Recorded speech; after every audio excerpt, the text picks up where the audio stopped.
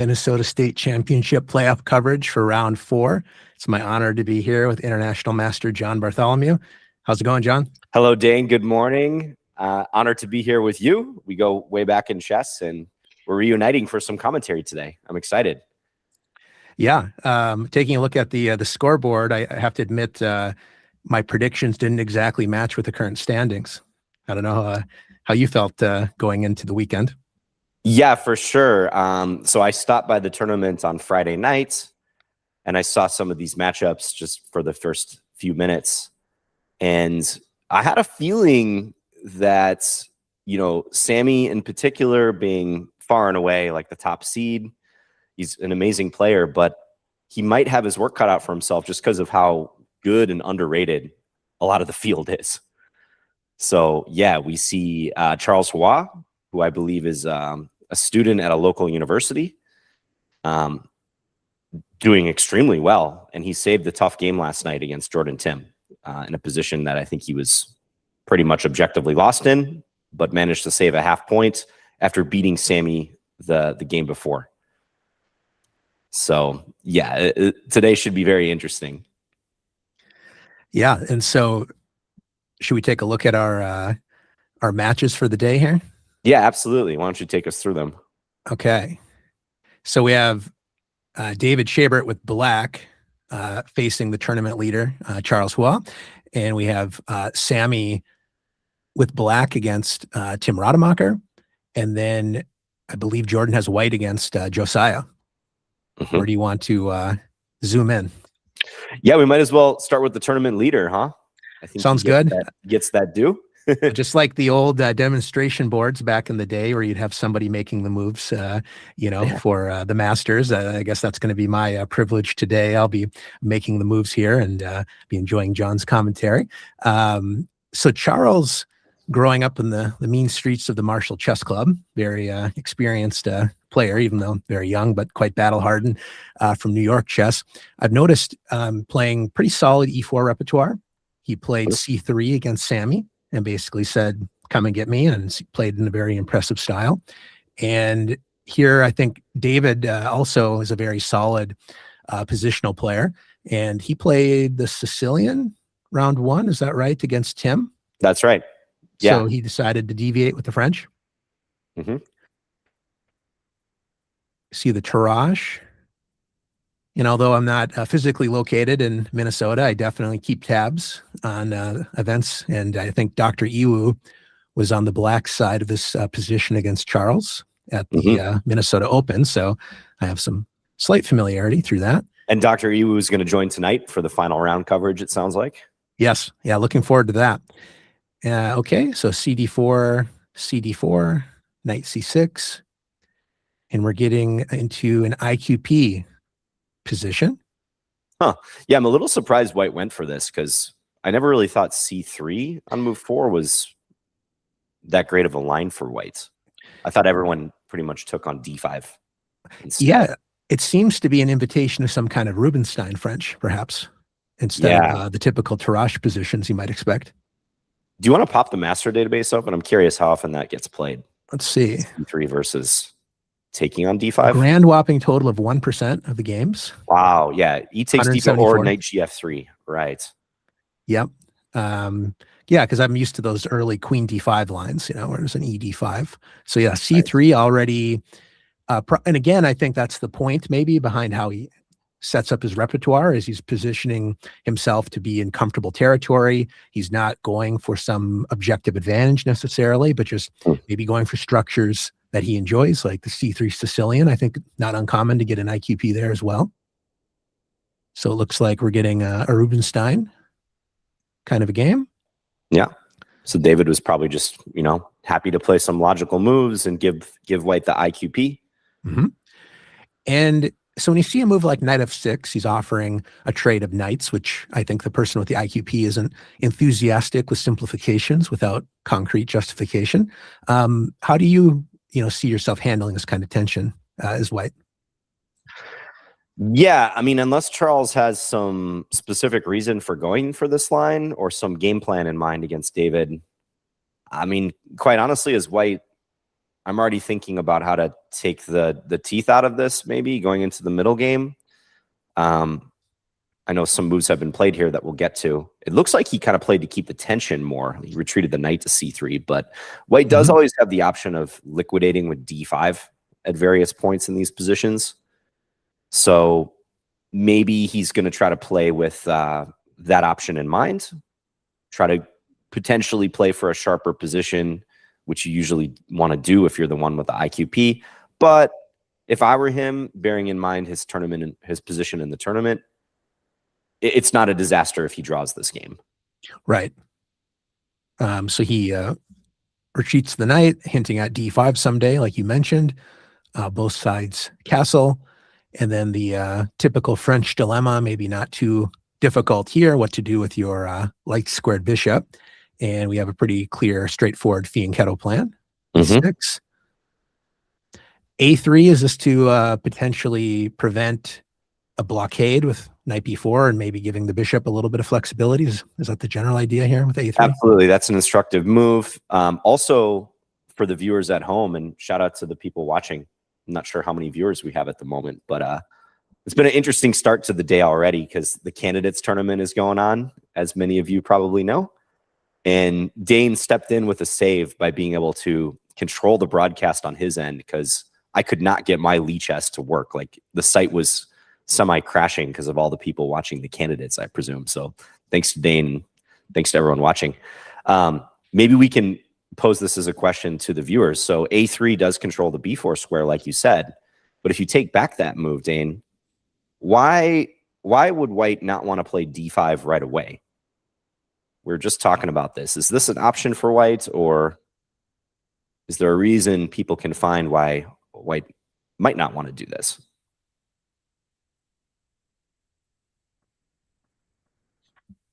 And I'm pretty sure you know the answer to that. Yeah, definitely a desirable concept in general to liquidate your IQP and open lines, possibly for some dynamic play. Yeah, because the answer to this question will explain another reason for the A3 move. And yeah, what's the problem, Dane? Well, I mean, the first question I would be thinking about as a student is the bishop appears loose. And so what happens if I play knight A5? Yeah, absolutely. And that's a well-known retort to this D5 idea. If white tries to get, over eager and liquidate the IQP too early, black often has this knight A5 move. And the loose bishop on C4, loose pawn on D5 is going to be a problem. Yep.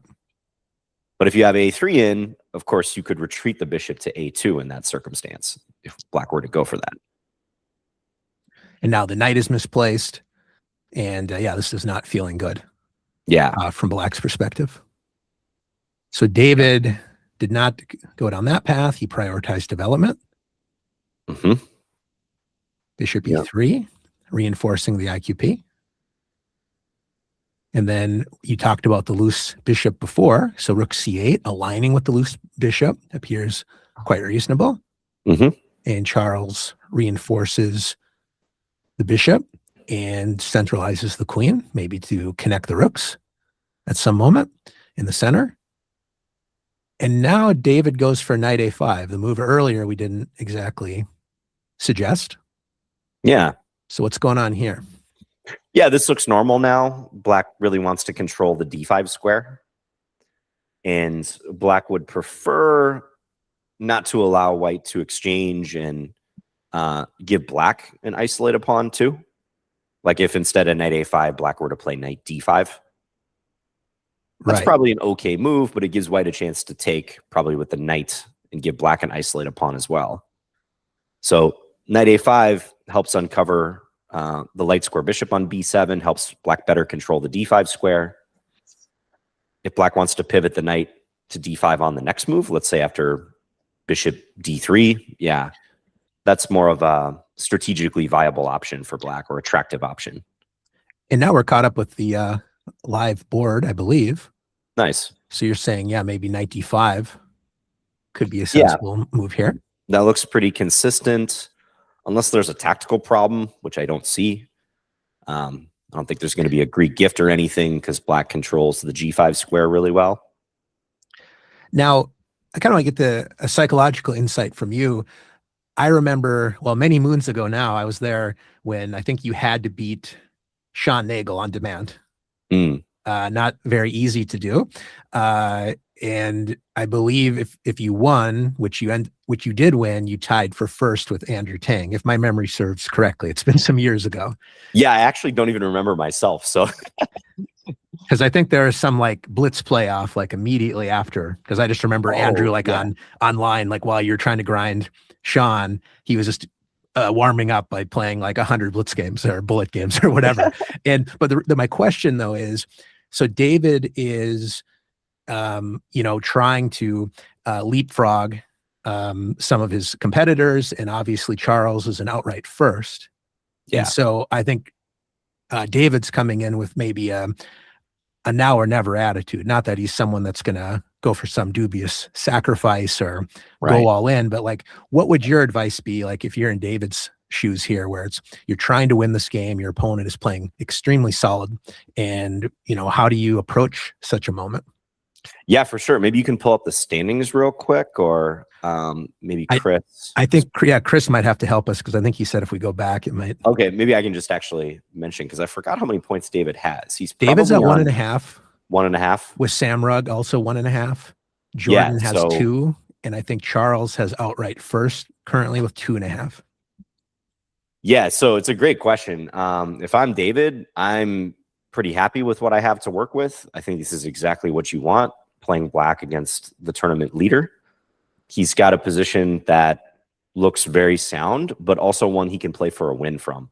It's a little imbalanced. I would take black here, especially with the tournament situation that you just described, because I don't think you could ask for much more other than, refuting white's opening somehow.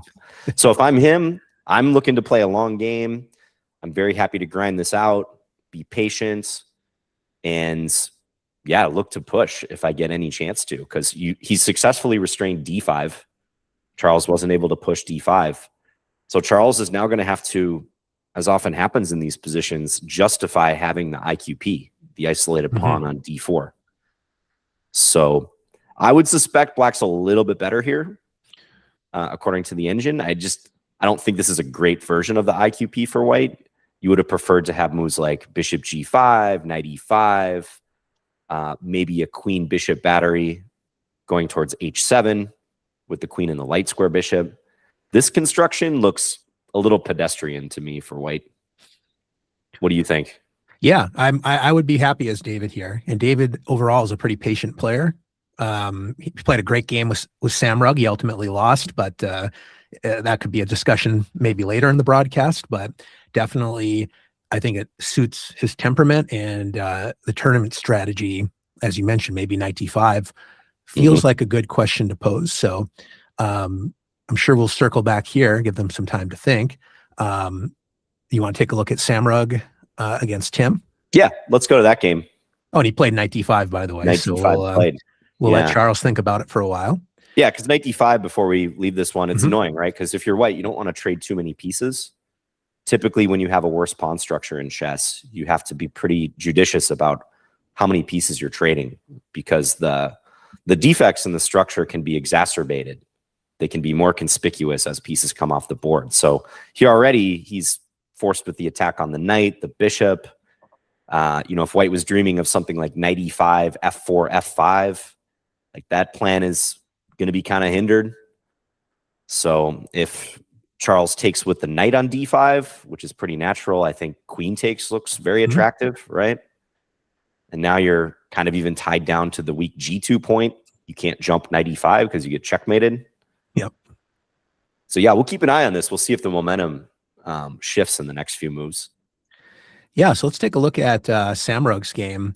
It's interesting. When I was a kid, I remember playing Tim Rademacher, and he had the Radio Shack headphones back when you could do that, and no one would ever suspect foul play, and there was none, certainly in Minnesota at that time.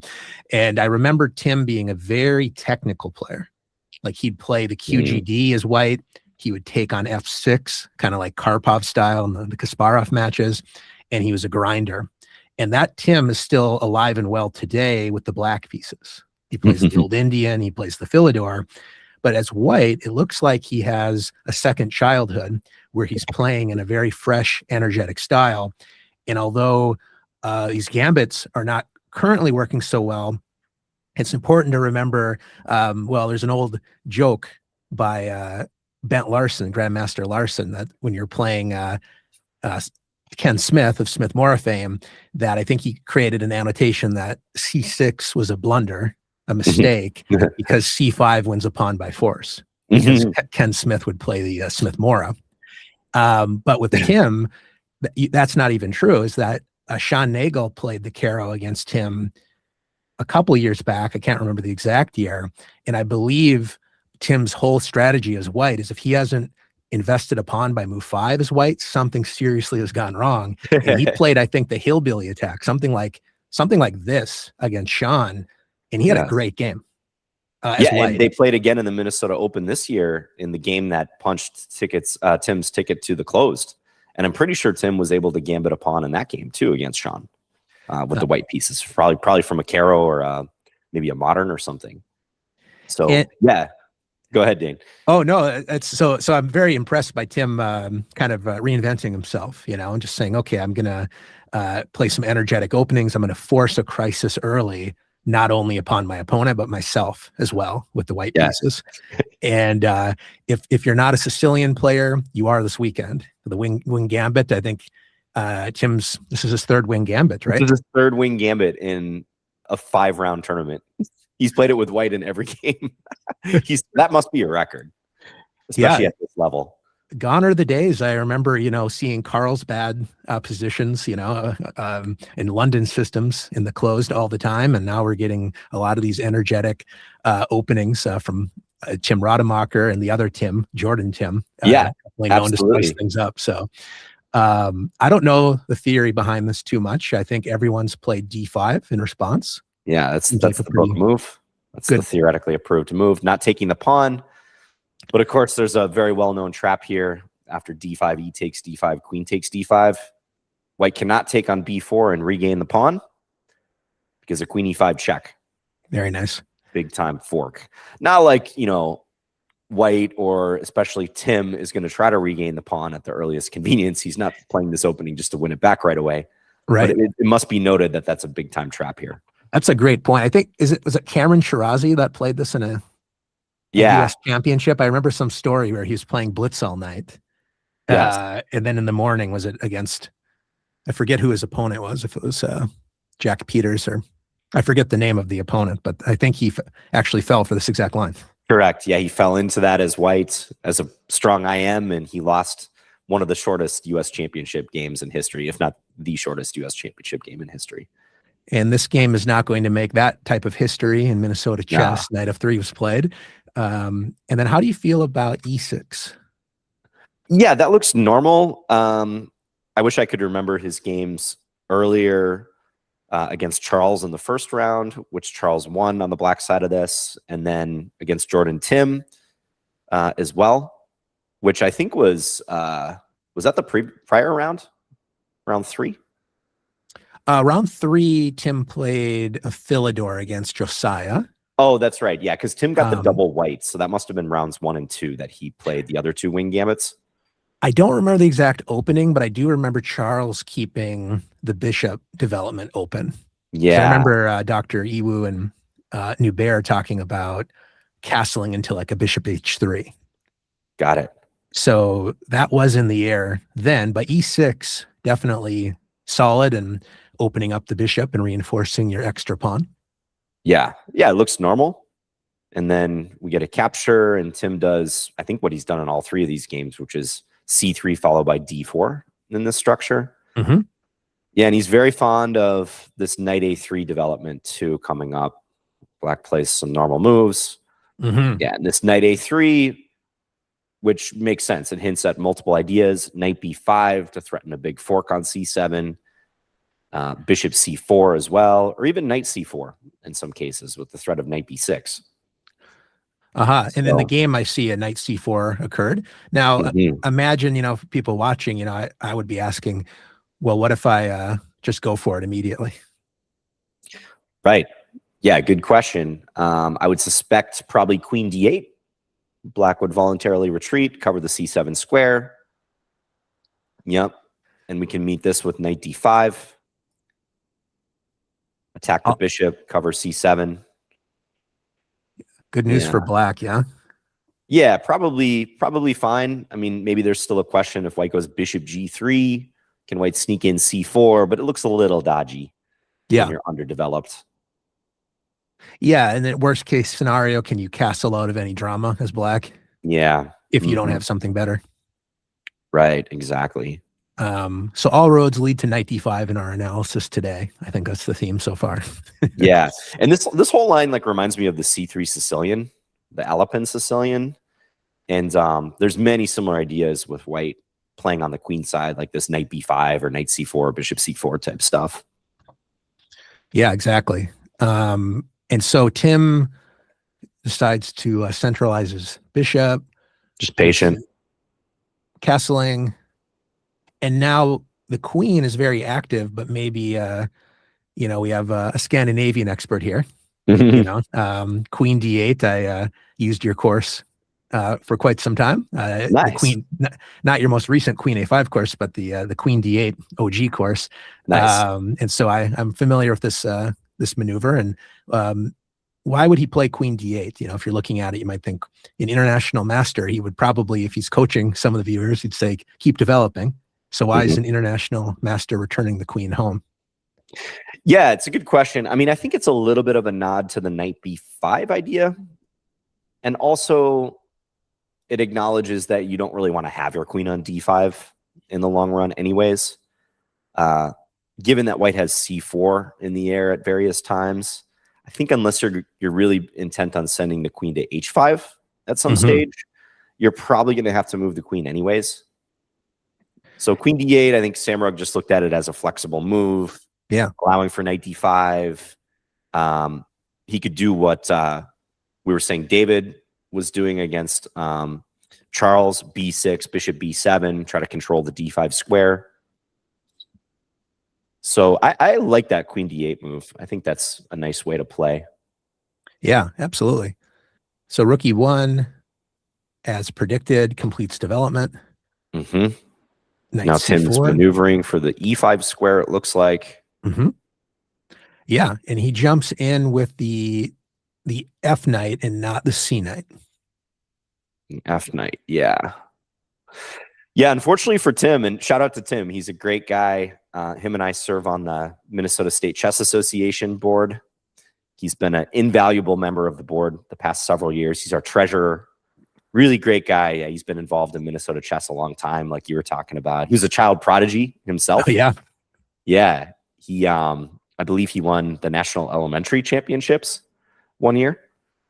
He'll correct me if I'm wrong about that, but he's told us some old stories. And he did have one comment to me prior to this tournament last week. I said, oh, Tim, good luck in the close. It's going to be fun following your games.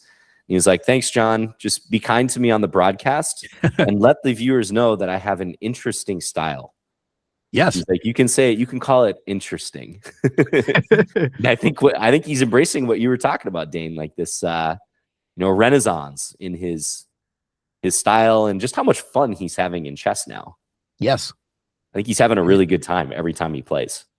And do you know of anyone? I mean, just the stylistic, it's very creative. I like what he's doing where as white, he's kind of a fire breather. And then as black, he's a little bit more conservative. I mean, he's ready to deliver a punch when it's available, but as black, he's more solid with like a Philidor and an Old Indian. And how often do you see blending that kind of style where it feels like it's two different players? Like if I predicted like who's playing white and who's playing black, if I look at Tim's games, I would not necessarily think it's the same person playing. Same. Yeah. You don't see that too often. I mean, you see people who selectively will take shots with kind of weird lines sometimes. Yeah. I like to play the Gingy Indian every once in a while as black, but I'm not playing it every game. Yeah. But Tim, I mean, he's played 3 wing gambits like we talked about, which the wing gambit is not known to be a great opening for white. I think everyone knows objectively it's a true gambit. I mean, you're not getting that pawn back and you're probably going to be worse according to the engine. So he doesn't seem to mind that. He seems to enjoy this. Yeah, credit to him. And although some of these games have been more difficult so far, as you mentioned, he played a gambit against Sean this year, right? And you know what's coming. Like, he's not hiding this preparation. It's like, I'm going to create some chaos. I think the last game against Samra was like a max lang, if I remember correctly. Yeah, right. So he's all in as white. So I credit him for that creativity. Also, for those following along who maybe don't know Tim or the players in the field, Tim is by far the oldest player in the field, and Tim's not even that old. He's a young, youthful guy, but he's probably the oldest player in the field by 30 plus years. Yeah. Right? Yeah. Every one of these other players is a youngster. I think Samrug is the second oldest. It's a weird feeling when Samrug's the grizzled veteran here. Samrug's all of, what, 23-ish, 22? I don't even know. Yeah. Incredible. So H6, what's the story here? Why is he playing that move? Yeah, it looks like general control of the G5 square. Maybe he doesn't want bishop G5 landing. Yeah, I mean, it's sort of incumbent on Tim to do something here, right? To gin up some counterplay coming up, because he's the one down the pawn. Strangely, I actually kind of like his options here, despite being down a pawn, more than Charles is in the game where Charles has equal material. Yeah. Right? Because that exchange on C3 fortified the D4 points. And I don't know if Tim is going to be able to pull this off, but rook E3 to G3 looks very attractive if you can get that rook lift in. And that might add a little context to the next two moves. After knight G4. Oh, he played knight G4. Okay. Creating some tension. Sammy says, okay, no problem. Let me step out of your way. Yeah, I wonder why not rook E3, either here or on the prior move. I mean, knight D5, I think, would be the key question. Can black go knight D5? Yep. And then swing over to G3. Right. Like you were saying?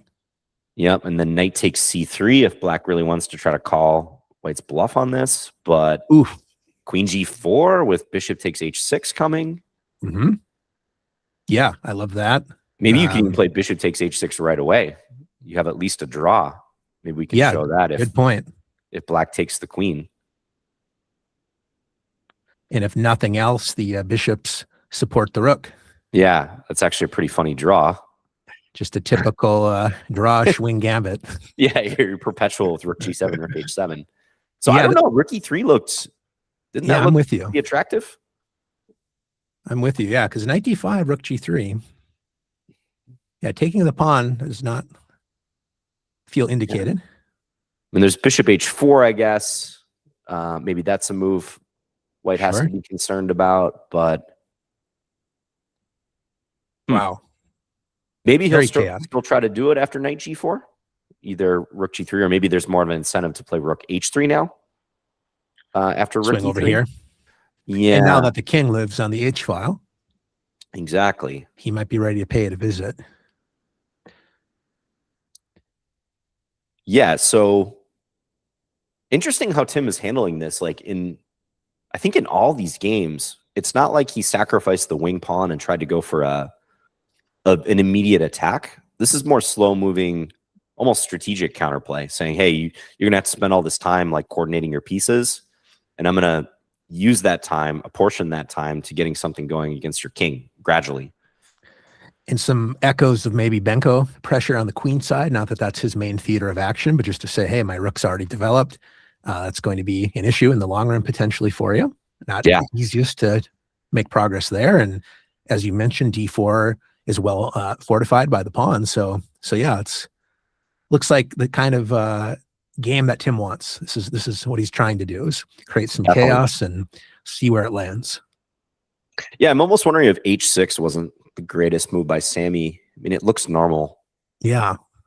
On the surface, I don't know that it's easy to criticize that move, but certainly knight takes E5 would have been my first instinct here. Just trade. And then on knight takes, I presume. Yep. Maybe it's time to even bring the queen back to D5 and threaten checkmate. Like that. This is something I would consider. right? Yeah, how would you play this as white now? Like, yeah, because if I'm black here, I want to encourage white to play something like f3. right. Because that blocks the Exactly. whole rook swing. Or I want to encourage them to play bishop f1 and deactivate their light square bishop, at least temporarily. Exactly. So I bet the engine still likes black after h6, but dare I say that move might have been unnecessary, potentially weakening, because now you got a target on h6. Yeah, exactly. And Sammy, of course, is in a must-win situation. So yes, this will be a very interesting dynamic. And, Tim is going to continue to ask questions, am I ever, flirting with the idea of a sacrifice? I mean, not yet, but that could be in the air later. And I'll be very interested to see how this plays out.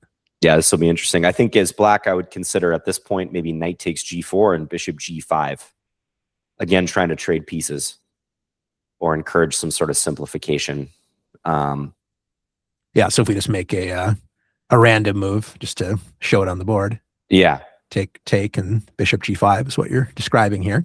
Yeah, if black gets a chance, exactly. Okay.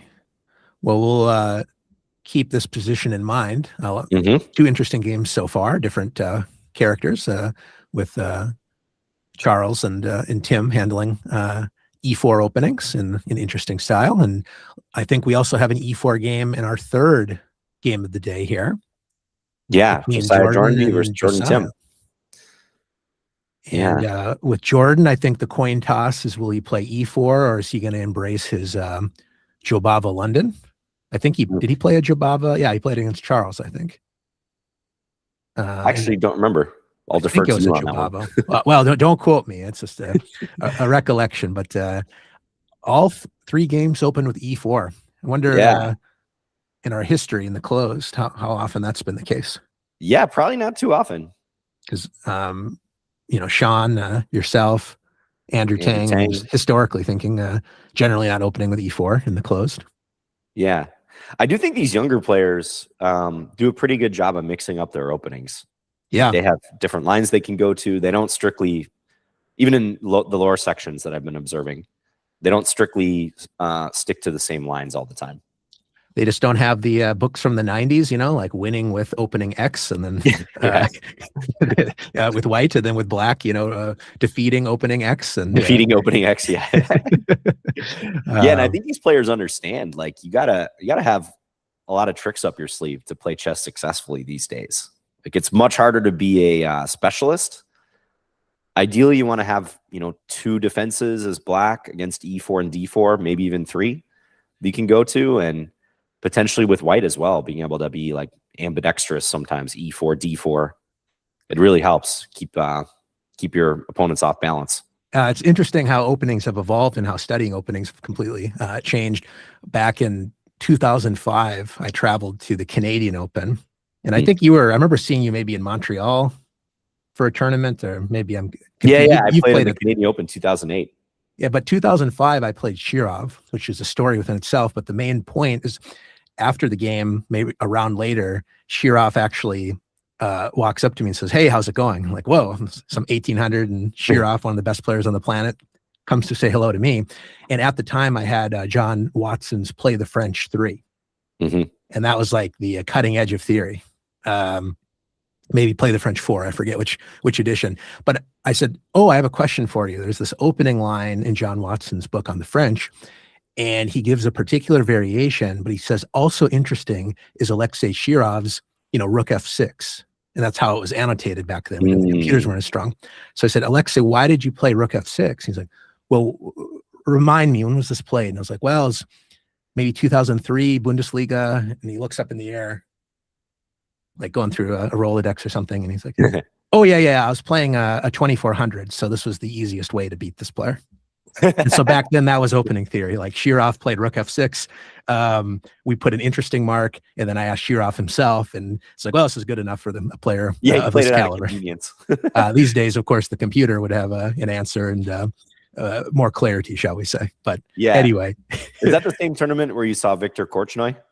No, that was National Open. Oh, got it. Okay. I have a written apology from Victor Korchnoi, which, knowing the personality of Grandmaster Niet, might be surprising, but he signed a book and he wrote to I think it was Dan, and I said, "Oh no, it's Dane." He said, he scratches it, David, and then I said, "No, it's like, the a player that you faced many times, the Dane, Bent Larson, the great Dane." Dane." And then so you wrote Dane. Sorry, Victor Korchnoi. I think that was 2008. I don't recall, but yeah, I've played some, and encountered some pretty famous players, as have you. But in any case, that's awesome. So now we see a mirror image of Jordan's Jobava, the Italian. Yep. Knight of 6. And no crazy knight g5 stuff, just d3 here. Yeah. So you think it's going to be a slow, methodical opening? Well, let's wait a couple moves. Yeah. I'm curious what happened here. C3. And then Jordan plays b4. Okay. So yeah, b4 is a typical expansion move, but then after Black's next move, which Josiah plays bishop e7, not bishop b6. Interesting. As you might normally expect. I don't know why. I mean, I suspect this is all theory, but bishop e7, doesn't that kind of surprise you, Dane, given that Black has already played h6? Definitely. Because what we're getting at with that is, since Black's already played h6, Black's ruling out bishop g5 as a pin, or knight g5 for that matter. So I'm surprised you'd want to retreat the bishop to e7 anyways. That's a very interesting approach. Yeah. Did he have some, I mean, I don't know if there's any concern about a pawn avalanche. I mean, obviously Black is well positioned to counter that. Yeah, and this is pretty normal for this line, right? And just a6. Yeah, exactly. And so here, yeah, White can't even play b5 really because of the pin on the a file. Yep. So, interesting choice. E7. And then Jordan, I watched him play a little bit, and he definitely is not against playing in a very direct, concrete manner. And this game is no exception. Yeah. So b5, and he's going to try to win the pawn on e5, which he will. Give me that pawn at the expense of the bishop pair. Yep. And at the expense of allowing Jordan to strike, or Josiah to strike energetically in the center. I like d5 a lot. Yeah, exactly what you want to do. Black just lost a pawn, and you want to try for some compensation, ideally pretty quickly, because if White gets a chance to consolidate, you're probably not going to get much. So he goes back to d2. Oof. Awkward move, but I understand. He doesn't want queen takes. If White took the pawn, queen takes d5 is a fork. Yep. Yes. Hitting b5, hitting g2. Yeah, I'm starting to suspect. Go ahead, Dave. Sorry. I was just joking to say all roads lead to queen d5 today as well. Yeah, right. Yeah. Yeah, I'm starting to suspect this is theory because it looks kind of odd for both players, especially White. It's tough too, though, because I think in my experience with Jordan, from the games that I've looked at, I don't know how deep of a theoretician he is in the opening, as opposed to maybe a style of just, I'm feeling the energy, I'm moving forward, and he'll often find a creative crisis later in the game. Yeah. Like not to go too far off track, but I played in the Catfish days and last year, and he went for reverse Jobava. Oh, interesting. Okay. And then he just went berserk, or was preparing something like this. So when I see a pawn avalanche with Jordan playing, it seems familiar to me. It's something I've encountered. So he always creates some pretty interesting positions early. But knight, d2 feels a little bit awkward. Yeah. And feels like Josiah is comfortable here. You're down a pawn, but you have a better structure. You have the two bishops, more organic development. And I think he's about to play a really instructive move next. Queen c2. And so a6, I really like that move. Yeah, it's interesting. I was just thinking, if we were to put the white pawn back on b2, it doesn't look like Black has much compensation. Right. His white structure is all solid. There's nothing really to open up. Black has the bishop pair, but not much other than that. But that pawn on b5, yeah, represents a target. And even if there's a trade, let's say white were to play b takes a6 here. Well, now those a and c pawns are isolated. Black starts to activate, and now I think it's pretty obvious black has some compensation. Absolutely. Okay, so a6, he plays c4. Josiah is in no rush to resolve the tension here. So he says, please develop my rook. Yeah. And Jordan says, no. Yeah, I like what Jordan did there. Just fortified b5, made way for the knight to come to c3. And perhaps speaking to your point about the bishop and its desire to be active, the bishop returns to its familiar Italian square, c5, exerting pressure down that diagonal, and Jordan castles on move 15. Yeah, he castles and black plays c6. Somehow this seems like it went a little wrong for black over the past few moves. Yeah. I don't know. Bishop d7 looks a little awkward. I'm not sure that would be a top candidate move for me.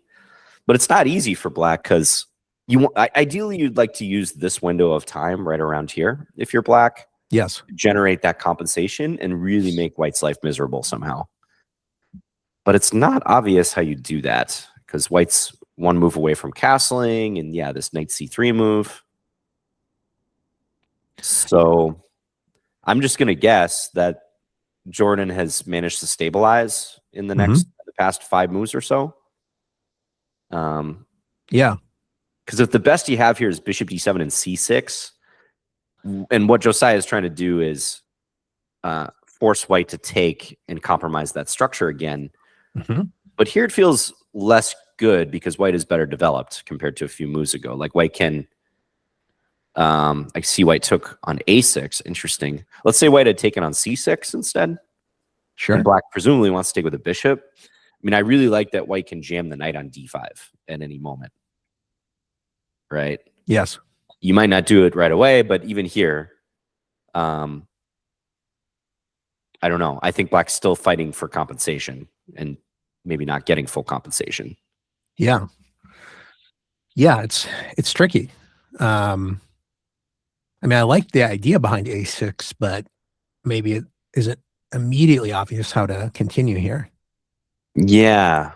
Like bishop d7 looks almost too slow to me, would be my guess. Now, with the queen being on c2, I mean, is there any world, I know this is also slow, but to do this kind of a dance at some moment? Like, yeah, maybe. Bishop active, don't rush the idea, but, ask some questions maybe. I don't know. Potentially. Well, here's another idea I was thinking too. So if black takes on b5, and apologies to the viewers for the detour, given this was like 10 moves ago compared to the live position, but it's interesting. It's instructive. Yeah. Let's say black were to go c6 now, offering another pawn. And let's say white were to take him up on that. Capture. Black takes back. Yep. Well, now there's this bishop a6 idea lurking. Yes. Good point.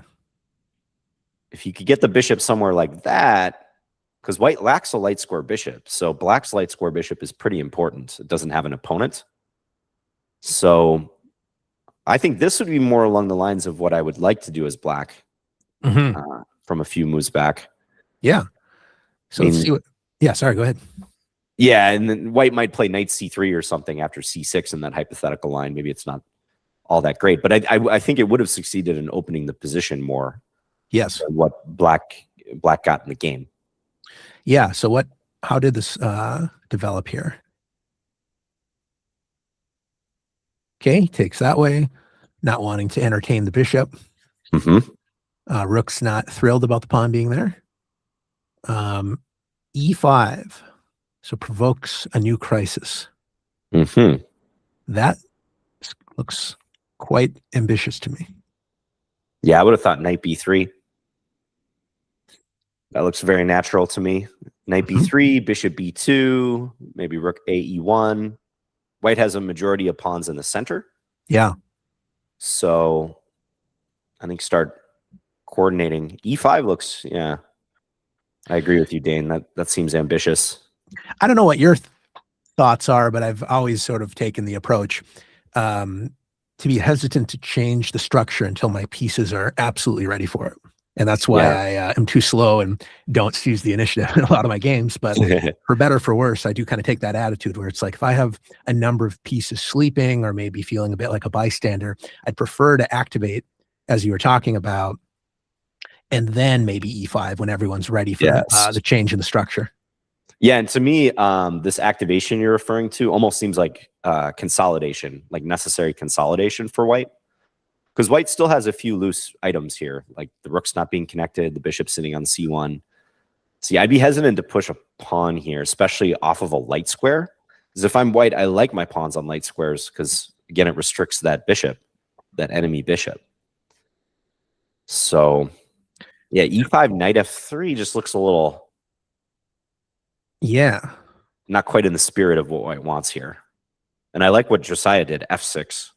Yes. And again, he's got to exploit these windows when they're offered to him. He's not going to wait for white to play H3, certainly, right? Right. Exactly. So very energetic play here. Mm-hmm. Yeah, I mean, just visually, this looks ideal for black. Mm-hmm. Bishop F5. Okay. Yeah. Comes to life. White's not going to step into a pin here with knight E4. That would lose a piece, actually, after bishop takes E4. So queen E2. Queen G6. Queen G6 allowed knight H4, but still, I guess there's going to be pressure towards F2. Is the idea? Ooh, although look at that. So knight H, if we go forward a few moves. Oh, it does happen. Okay, yeah. Yeah, but after queen H5, maybe Jordan missed this. I mean, I missed it too, just taking a cursory glance. You can't take on F5. Yeah. Very interesting.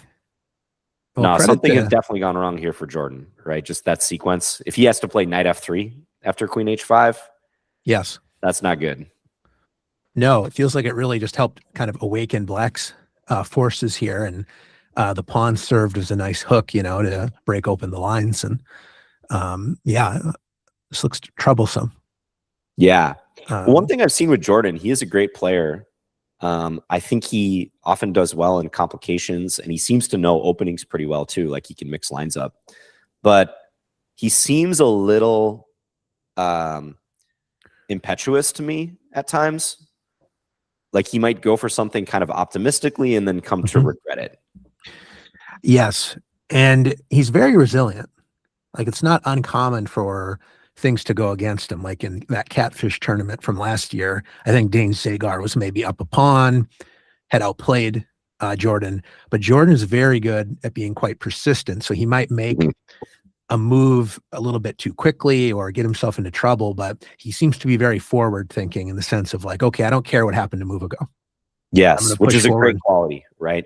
As a chess player, you got to have that quality. Yep. I think if he can rein in, sort of that desire to always be doing something active and moving forward, I think he's going to develop even further than he already has, which is very impressive at his age and rating. Absolutely. Absolutely.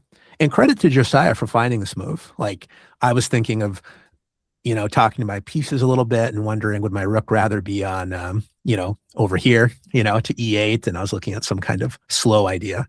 But I really like this forward approach by Josiah. And how much time was spent? Not too much knight H4. So I think you're right that maybe that was missed.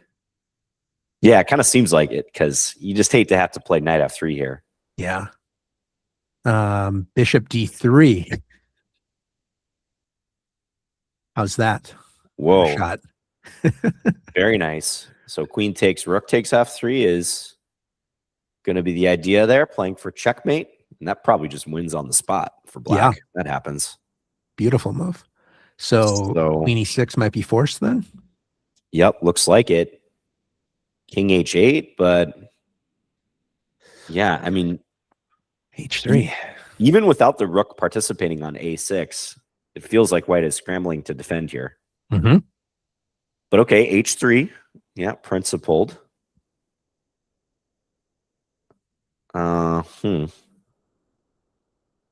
So if bishop takes f1, white can sneak in h takes g4. Mm-hmm. In between move, I think, is the idea. Yep. So here and here. Hit the queen and the bishop's still hanging. So this is getting concrete. Has been sharp for the past several moves, but of course, black can consider taking on f2 in some way here. Yes. I mean, if knight f6, I guess white's happy to play rook e1. But I'm wondering, are there even situations where white's queen gets trapped, Dane? Like knight f6, rook e1, rook e8? Mm-hmm. So now presumably white would want to move their attacked rook. Yep. And yeah, let's say rook e1, natural looking move, rook e8. Yep. That queen is trapped, right? Man. Yeah, good point. It's very tough to shift gears here as black, though. Yeah, you don't want to the play initiative. I'd have some flight of fantasy of like trying to open up the rook and slide over here, but I'm not convinced that's exactly working. Yeah, you'd love to sacrifice a piece or two here and play an immortal game. Yeah. But yeah, if you just bring your knight back, it's a great point. Yeah, his rook e8's a threat now, and the rook is hanging on f1. So how do you keep the game complicated from white's perspective? Yeah, not simple, because I really dislike white's coordination, which kind of started with white playing e5. Yes. Back on move 17. Yeah. Yeah, here we were talking about, as you put it, consolidating as white. And then we fast forward here, and things are not looking very good for white at the moment. Yeah, because that e5 pawn basically was used as a hook by black to open the position. Exactly. Yeah, f6 hitting e5 is critical. And so Josiah grabbed the rook, by the way. Oh, he took. Okay, so what's his idea after h takes g4? That's going to be the key question here, folks. Just want to make sure I hit back to live mode while we're analyzing. I think this is correct. Yeah. So, okay, h3. I'm sorry. I think I misspoke. When I play bishop f1, it says back to live mode. So I think he's still thinking. My apologies. Got it. We have a comment in the chat too. And again, shout out to all our viewers. Thanks for joining us this morning. Jack Wally, who I think might be Eddie Wasserman. I'm not sure. Okay. He says, it's also rare to see Jordan not have more time than he started with so early in the game. That's true. Yeah. And I guess we're never sure if the times are completely accurate in these broadcasts. That's something that sometimes gets lost in transmission from any DGT board broadcast. But yeah, I mean, I'd be using time here for both players. That's for sure. And psychologically, I mean, I think if we go back to the opening, like to me, this doesn't feel very Jordan-like. I mean, like a Jordan position yet. I mean, he'll make it his own, of course, but I just mean out of the opening, that might be one of the reasons, he's not playing as quickly. He doesn't have the forward momentum that's intuitive for his attacking style. And here, I think that's a complicated position to play. Can you click that master's database again real quick? I'm curious about this book. Yeah, let's go. One game. That bishop e7 move was the one that we were really curious about. So we're already it's been not played. in a super common position. But yeah, bishop e7 about equal to bishop b6, but we're talking just about a handful, 40 games to 35. Some heavy hitters down there, though. Carlson, quite Carolina, distinguished Wesley company. So. Shout out to our fellow Minnesotan, Wesley So. Absolutely. Okay. So then b5. Yeah, so maybe we're black on our own. Yeah, maybe black does get good compensation here is the consensus. And then when did we go fully on our own? Knight cd2. They're following the game. What is that? It's kind of small on my screen. A 2500 is playing a 2280. Okay. Don't recognize the names, but look at it. A deep prep here, or They followed coincidence. it for several moves. Yeah, this is where it deviated. So C4. Okay, so the pawn They was took on captured, A6. which C4 felt like a good practical choice, I thought. Yeah, I like Jordan's move because if white were to take on A6 right away, rook takes A6. That's almost like those Budapest gambit lines. Yeah, yeah. Where black gets to swing the rook over. Exactly. Yeah. So, okay, well, we'll just kind of let Jordan or Josiah think about this critical moment after H3. And should we swing back over to Let's swing the back, top board? and I'll be curious if Josiah plays knight F6 because that looks good from our angle. Yeah, I love that idea. Okay, so we left the game here, and as you predicted, knight D5 was played. And after knight E4, I asked you the question about, how to play for a win here as black. And David said, okay, this is my moment. I'm lashing out with F5. Ooh, okay. So getting kind of concrete now. Yes. Because F5 is, why is that maybe a strategically less desirable move, Dane? Well, I am one of the degenerates that play the Dutch, and I know the quote that the problem with the Dutch is that inevitably at some moment the best move is going to be F5 to F7. Yeah, just like we were talking about in the Jordan game, the pawn being back on B2. And so I always want to know about the space left behind. Pawns can never move backwards, so E6 is quite weak. And because you've already played D5, by playing F5, there's no organic way to defend E5 with a pawn. So that can also become a concern. F5, that seems like kind of one of those unstereotyped engine moves, Yes. Like I could see Stockfish suggesting F5 in positions like this, but a lot of classically minded human players might be like, I don't know if I want to play that so soon.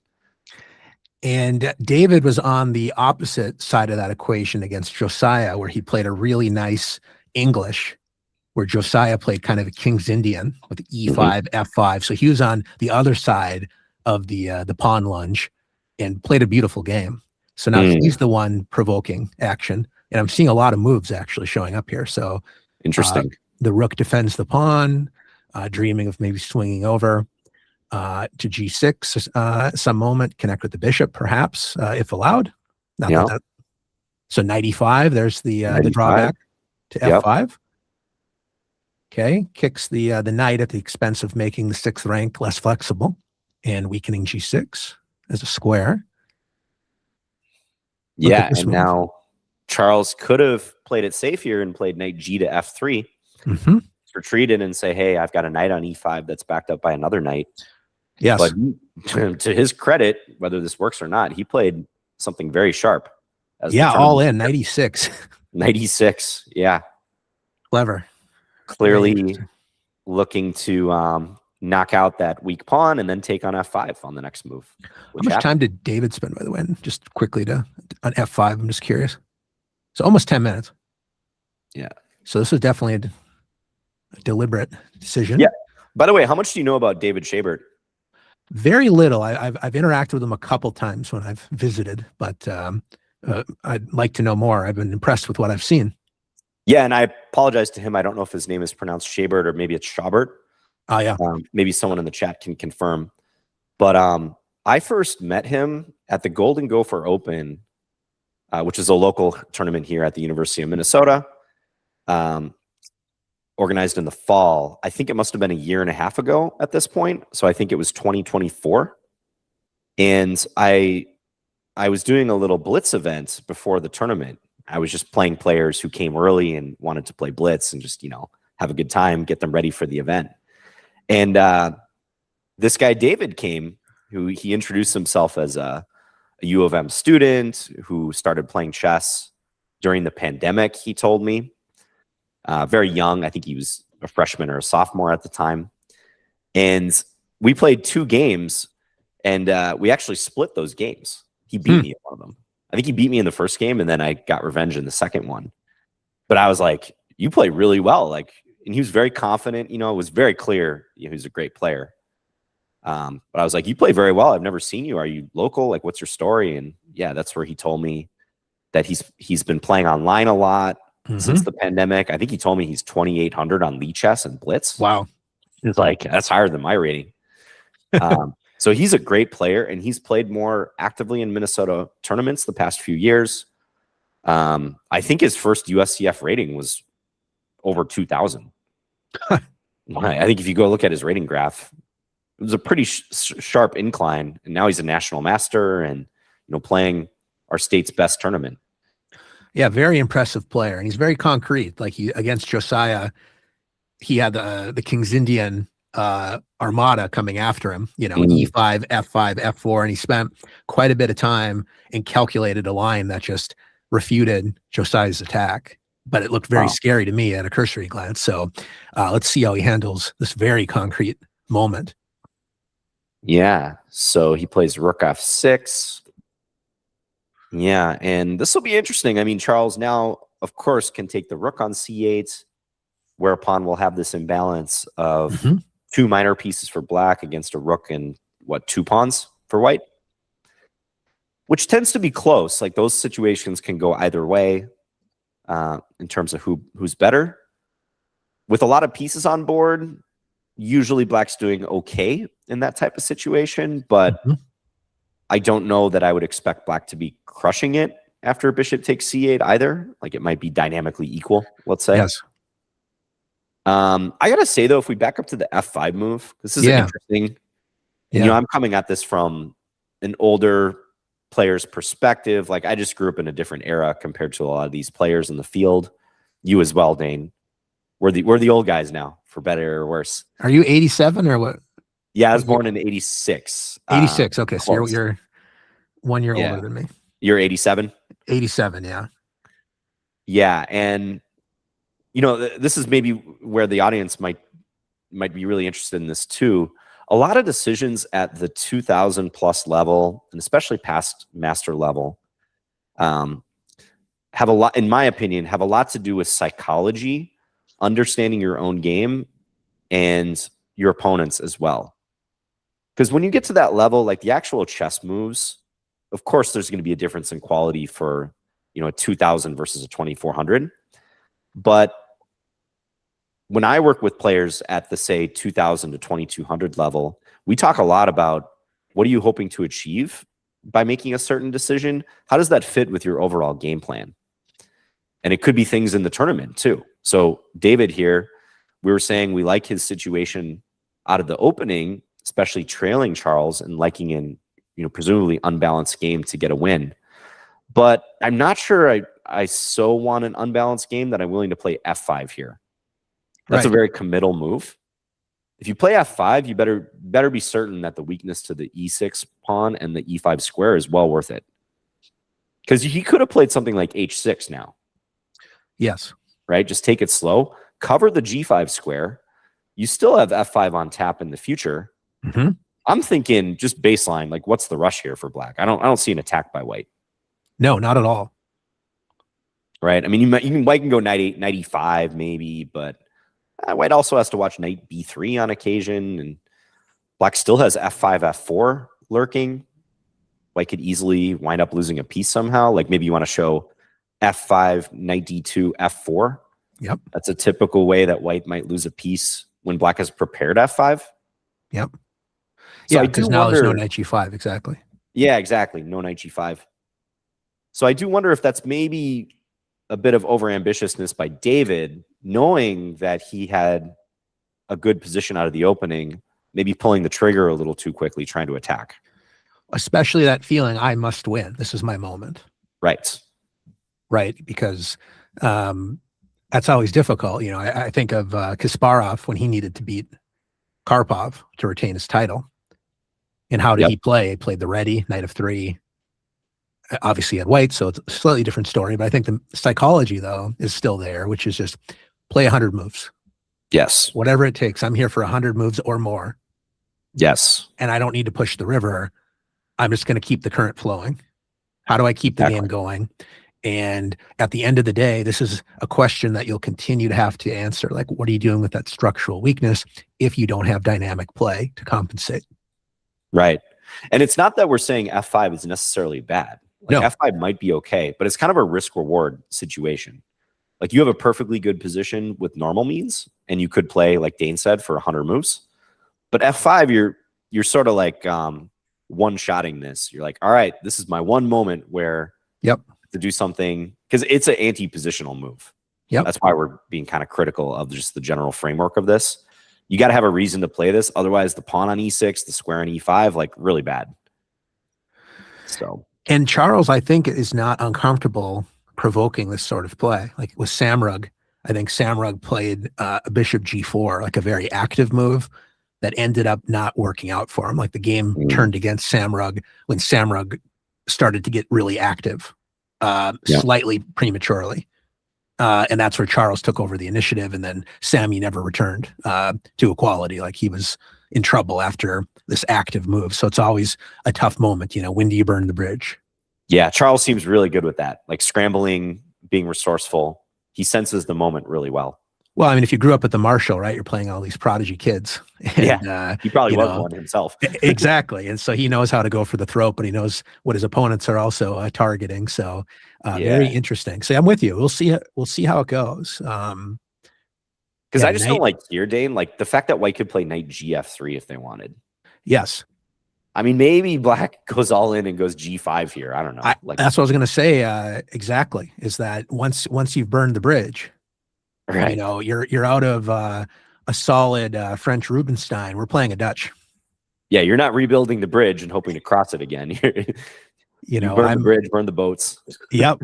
We're all in. We got some Dutch vibes going on here. And see what crashes through or not. Yep.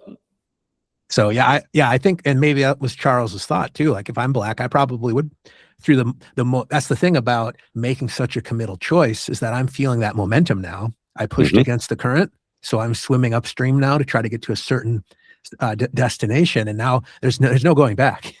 Yeah. So I think I would play that. It looks like Charles did not take the rook on c8. Whoa. Okay. So he sacked on e6. He got the 2 pawns for the piece. He could take on c8 here, but he goes queen g4. So there's still bishop takes c8, but I guess he's trying for bishop e6. Is that the idea? It's got to be, right? Yep. Yeah, and what do we do as black now?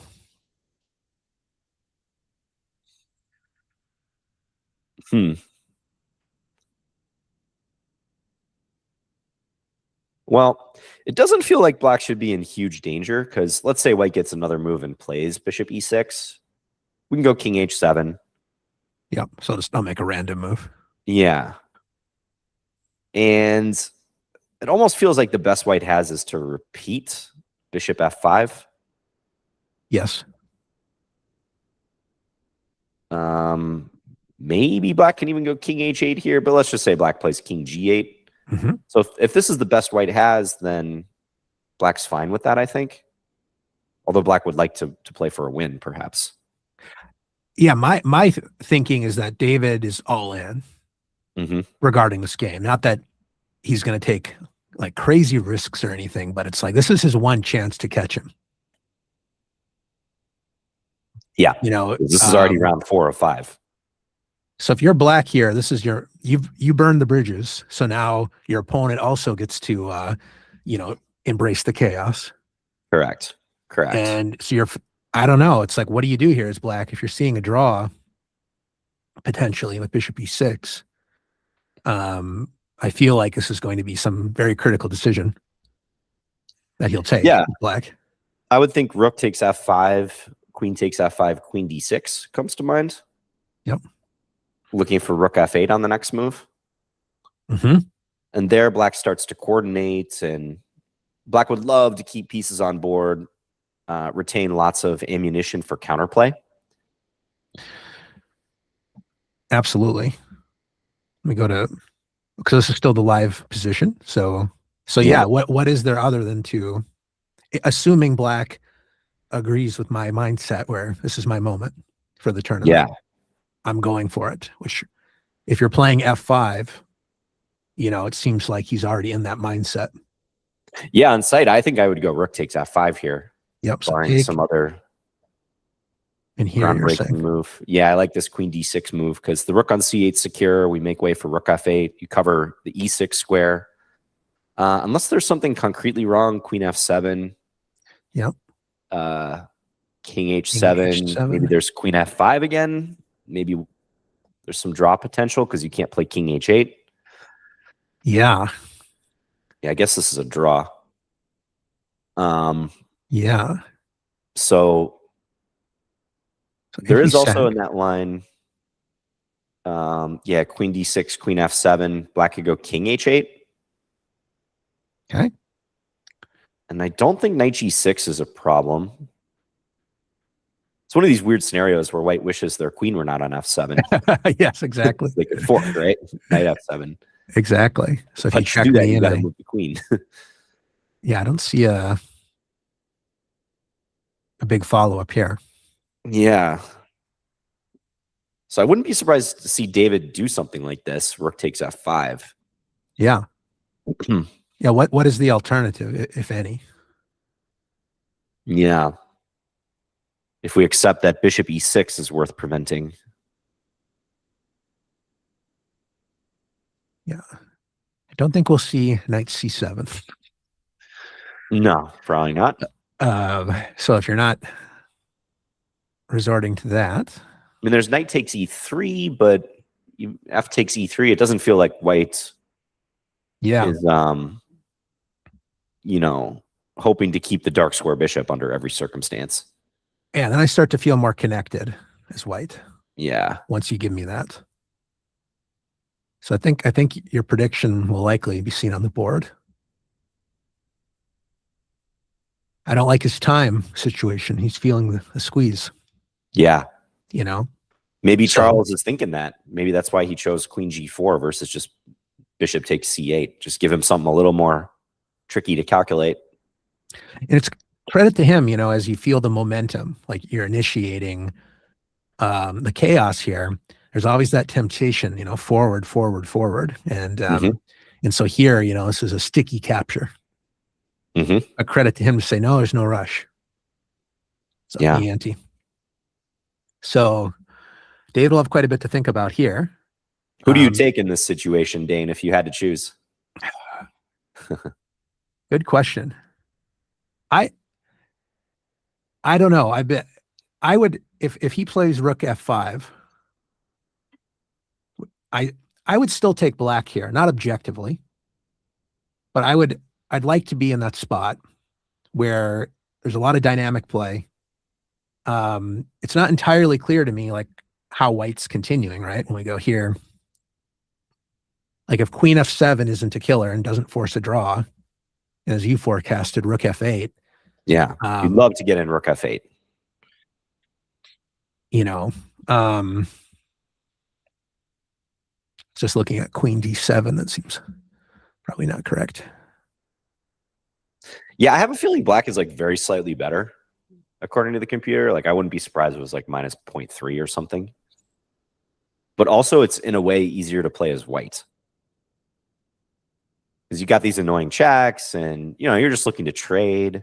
Black has to be the one to play energetically from here. It's true.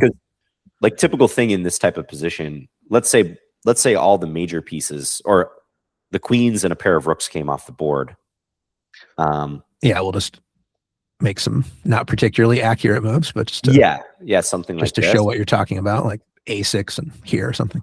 Maybe black is still for choice, but generally, like these trades are going to favor white because you're getting closer to a simplified position where the extra pawns matter. Yes. So David would prefer to especially keep queens on board if he can, but maybe rooks as well. Yeah. So what would white play here with all this in mind? Yeah. Also not easy for white because queen f7 looks so obvious, but if we can't, oh no. I was thinking queen f7, king h8, bishop takes h6, but the queen guards from laterally. Yeah, queen d6 just feels like a good move to keep everything connected, you know? Yeah, totally. Is there, because we were looking at this line, right? Yeah. Can you take the bishop? Does that make any sense? Well, the knight is guarding. Oh, you're going to play knight f7. I'm sorry. Yeah, creative. Can I do this? force queen takes, huh? Just to your point about trying to simplify as white. Yeah, that's a good point. That's a great point. Maybe that's a resource. So Dane's saying here, if knight takes e7, which I thought was white was blundering for a second, but now knight f7 and you take d6. Yeah. And white wins a full piece. So yeah, what do we think about queen takes, knight g6? Am I going g8? Yeah, those are probably pretty close. And then white takes. I mean, this too, though, if black keeps the rooks on, ooh, maybe you can force them, though, rook c1. This rook c7 is annoying coming up. Okay, maybe I'm going to take my choice back. I don't know. Can we switch colors, please? Even here, though, let's say black plays knight a to c6. Right. And blockades that d5 pawn, or that d5 square. Yeah. White's still a long ways from making those pawns relevant. Yes. Yeah, we still have a game here for sure. Yeah. If black goes knight d5, I don't know. Maybe we like black again. Yeah. Yeah, these are my principles, and if you don't like them, don't worry. I have others. Yeah. Like old Groucho Marx quote. Yeah. Very, very interesting. Our benefit as commentators. We can just change our opinion at any moment. Yeah. They're not my pieces. I can sacrifice them however I want. Right? Exactly. So yeah, very interesting. So sharp. So we'll see how that plays out. Going back to he played rook c7. Ooh. Okay. So we were talking about bishop e6, right? Yeah. Doesn't bishop e6? Oh, is his idea, Dane, going to be king f8 here? But there's knight e7 at minimum. Oh, king f8, you said. Yeah, king f8 maybe? Very interesting. Or is he just going to play king, h8 and just allow something like knight f7 or... I like your king f8. I mean, it's worth checking. If you can do it. Yeah, here too, I guess white has knight d7 if they want to win the exchange back. Yeah. I don't see really any tactical tricks for black after rook takes d7, bishop takes d7. Just a fancier way to win this exchange. But maybe white's bishop is kind of misplaced, having to stay in contact with the queen. Yeah, yeah. I was just dreaming of trying to displace the queen, get some kind of rook g6, but it's not easy. Not easy at all. So rook c7 has been played, and so Charles is going to maybe think for a little bit.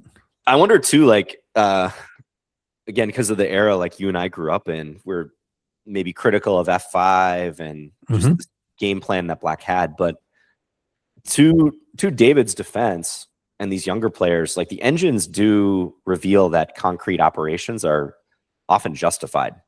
Yes.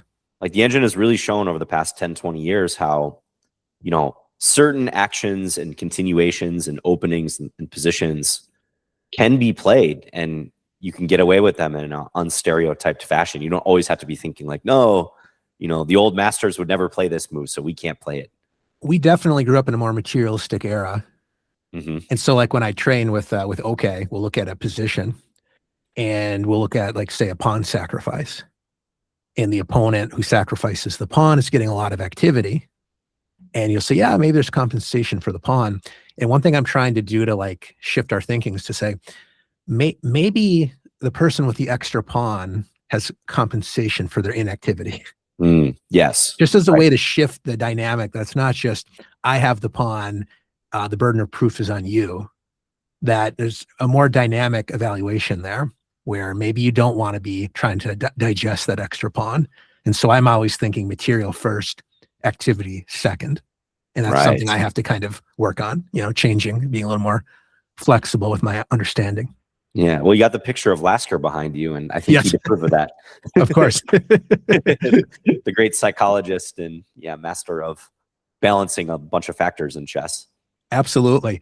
So should we give Charles a moment to think here and swing back Yeah, over to see what Sammy and Tim are up to? let's see what he's up to. Yeah, did So Tim? we were at knight g4, and then Tim was on the move, and you talked about the rook lift, very much on Tim's mind. There you go. He went E5, for it. Yep. and that's what we were hinting at before. Are you gonna go all in on that pawn at some moment? He goes for it. Ooh, and Tim says, "Bring it on. You want my knight? I'm gonna presumably sack on h6 if you take that." Yes. Ooh, incredible. And it's smart, I mean, in the sense of, Sammy has to win this game. mm-hmm. Tim has no pressure at all. It's also smart from a strength mismatch standpoint, right? Like, who's the most dangerous opponent when you're playing down in rating, or stylistically, Dane? Like, you don't want to face the player who is going for your king. Yes. Regardless of their rating. Exactly. So he takes the knight, queen enters the dance. Yep. And there's another f5. And maybe we can show why black wouldn't take on c4 here. Yeah. Why not take the knight? Because looks principled, right? But white's not going to waste time moving that light square bishop. It's time to crash through. Yeah. Are we sacking on h6? Absolutely. That's why. Yep. And I think black is not long for this world. So very, very good idea by Tim. Practical choice. So like David, Sammy was making use of the f5 operation here, trying to block white's pieces, this time for a different reason, like purely defense. Yep. But still, Tim keeps bishop takes h6 on tap. Mm-hmm. And Sammy fortifies. Says, no, thank you. King h7. Yeah, very good. Yeah, maybe Sammy just judges that he has everything under control here, which could very well be the case. Yeah, what do you do here as white now? Probably the knight has been overstaying its welcome on c4, right? Right. Feels like you have to move it soon. I think knight e3 would be natural. Yep. Black cannot play f4, right? Dreaming of d5 or something? d5. Also, bishop takes b5 is a threat. Oh, yeah, good point. And I wonder if the times are accurate. This is, again, something we don't 100% know sometimes with the broadcast, but Tim might be down on the clock here, so I think he probably should play knight e3 and play it pretty quickly. Mm-hmm. Unless you can do some grand maneuver like knight d2 to f3 and try to work into g5 or e5. Mm-hmm. But it looks slow. I don't buy it. Do you start thinking about switching diagonals with your bishop? Yeah, maybe. Guess what? I can throw an f4 though somewhere. Mm-hmm. Knight e3 certainly seems much more natural, right? Knight e3, you might even go knight g4. Try to renew the sack on h6. Mm-hmm. Yeah, it seems likely.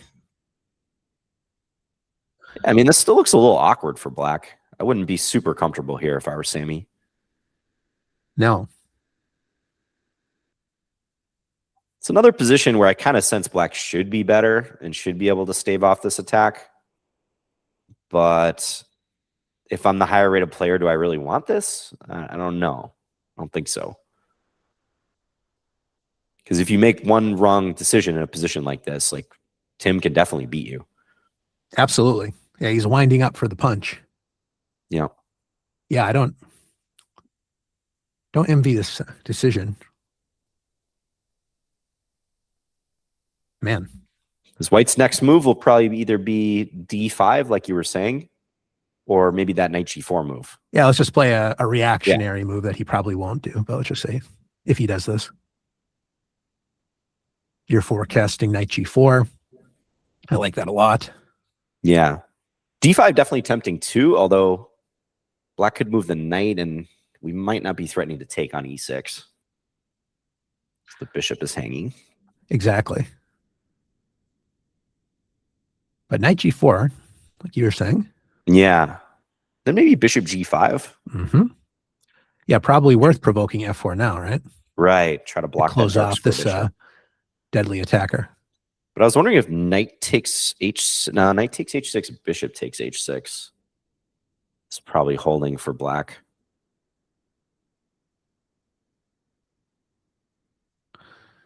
Yeah, we're running out of firewood here. Yes. But still, I mean, after that a6 hypothetical to guard b5, the fact that white has both knight g4 and d5 on tap makes me nervous if I'm black. Yes, agreed.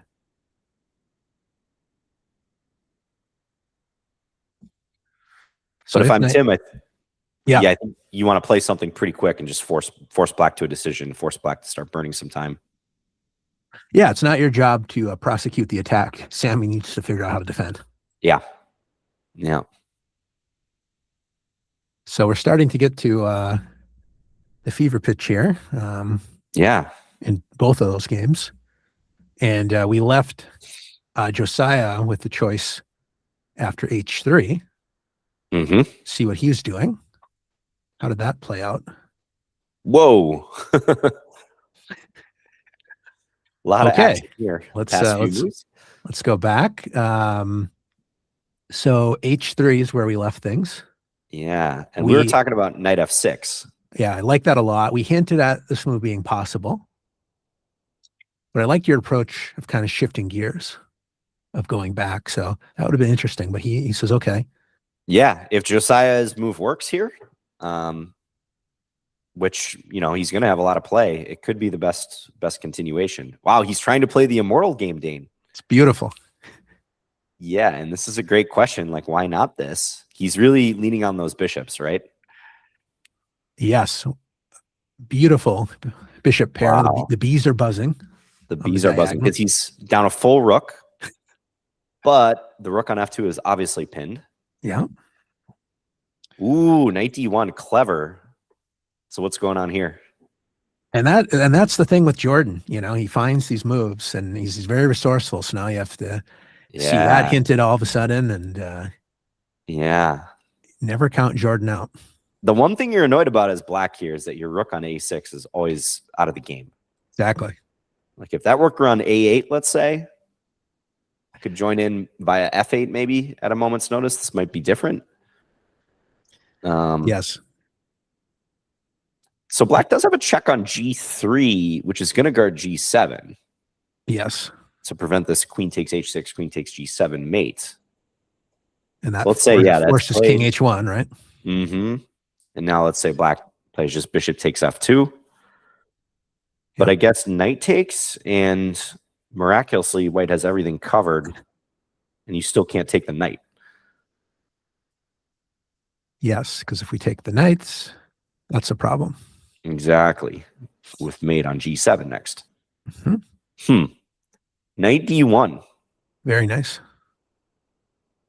Knight d1. Bishop takes f2 was played, so black took right away. Oh, and then played c5. Whoa, the rook. Beautiful. Getting in the game. Okay, bravo. Wow. Bravo. Nice find by Josiah. That's hard to see, too, because the bishop was blocking the pawn just a moment ago. Yeah, so you're here trying to decide how do you make progress. You're not thinking c5 immediately. That's great. So check. I don't know about you. I have a really hard time with moves like that, like continuations like that. Absolutely. The forbidden square, I mean, it just optically looks covered. Yeah. And again, it's a move where, you're feeling the pressure of like, I need to find something now because that's a problem. Exactly. So it'd be very hard for me to see c5. Wow. If he wins this game, this might be one of his best games ever because he's using all his pieces very well. Spectacular. White's going to have to come up with something huge here, right? Because if black gets to swing the rook over to g6, I think white's going to be busted. Yeah, how does that play out? There's no rush to necessarily, queen e8, like what does that accomplish? I mean, Yeah, exactly. Um, And I'm saying this even without calculation. Like, I just feel yeah. once c5 hits the board, it's like, okay, if white doesn't come up with something good here, black's probably going to win this. It's all black's pieces are in the attack. The bishop on b2, the rook on a1 are not helping defensively, really. Yes. What a beautiful move. Gorgeous. Now, interestingly, bishop takes g7 crosses my mind, right? Yep. Trying to expose the king, but black might ignore it. King h7. Just say, hey, I want rook g6 more than I want further checks from you. And we're defending through the... Yeah, the rook is defending through the white queen towards the h6 pawn. Exactly. Man. So what does white play here? Yeah, good question. I don't know. Okay, yeah, what's worst case scenario? Like if let's just play a move like this. We allow the check, and you play knight g4. Knight g4. I don't think this is working for white, but I'm just sketching out like. Yeah, because now we can play queen takes h3. Yep. And now what? Unless white has a miracle tactic here, London Bridge is falling down on g4. Exactly. So that does not look sufficient. But that's good to point out. So that's the threat, like if white tries to save the queen. Wow.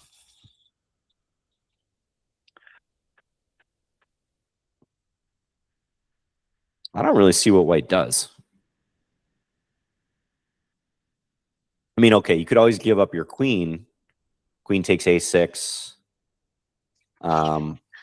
But that endgame's almost certainly going to be lost, right? Yeah. Wow. c5. Good on him. Beautiful move. What a game.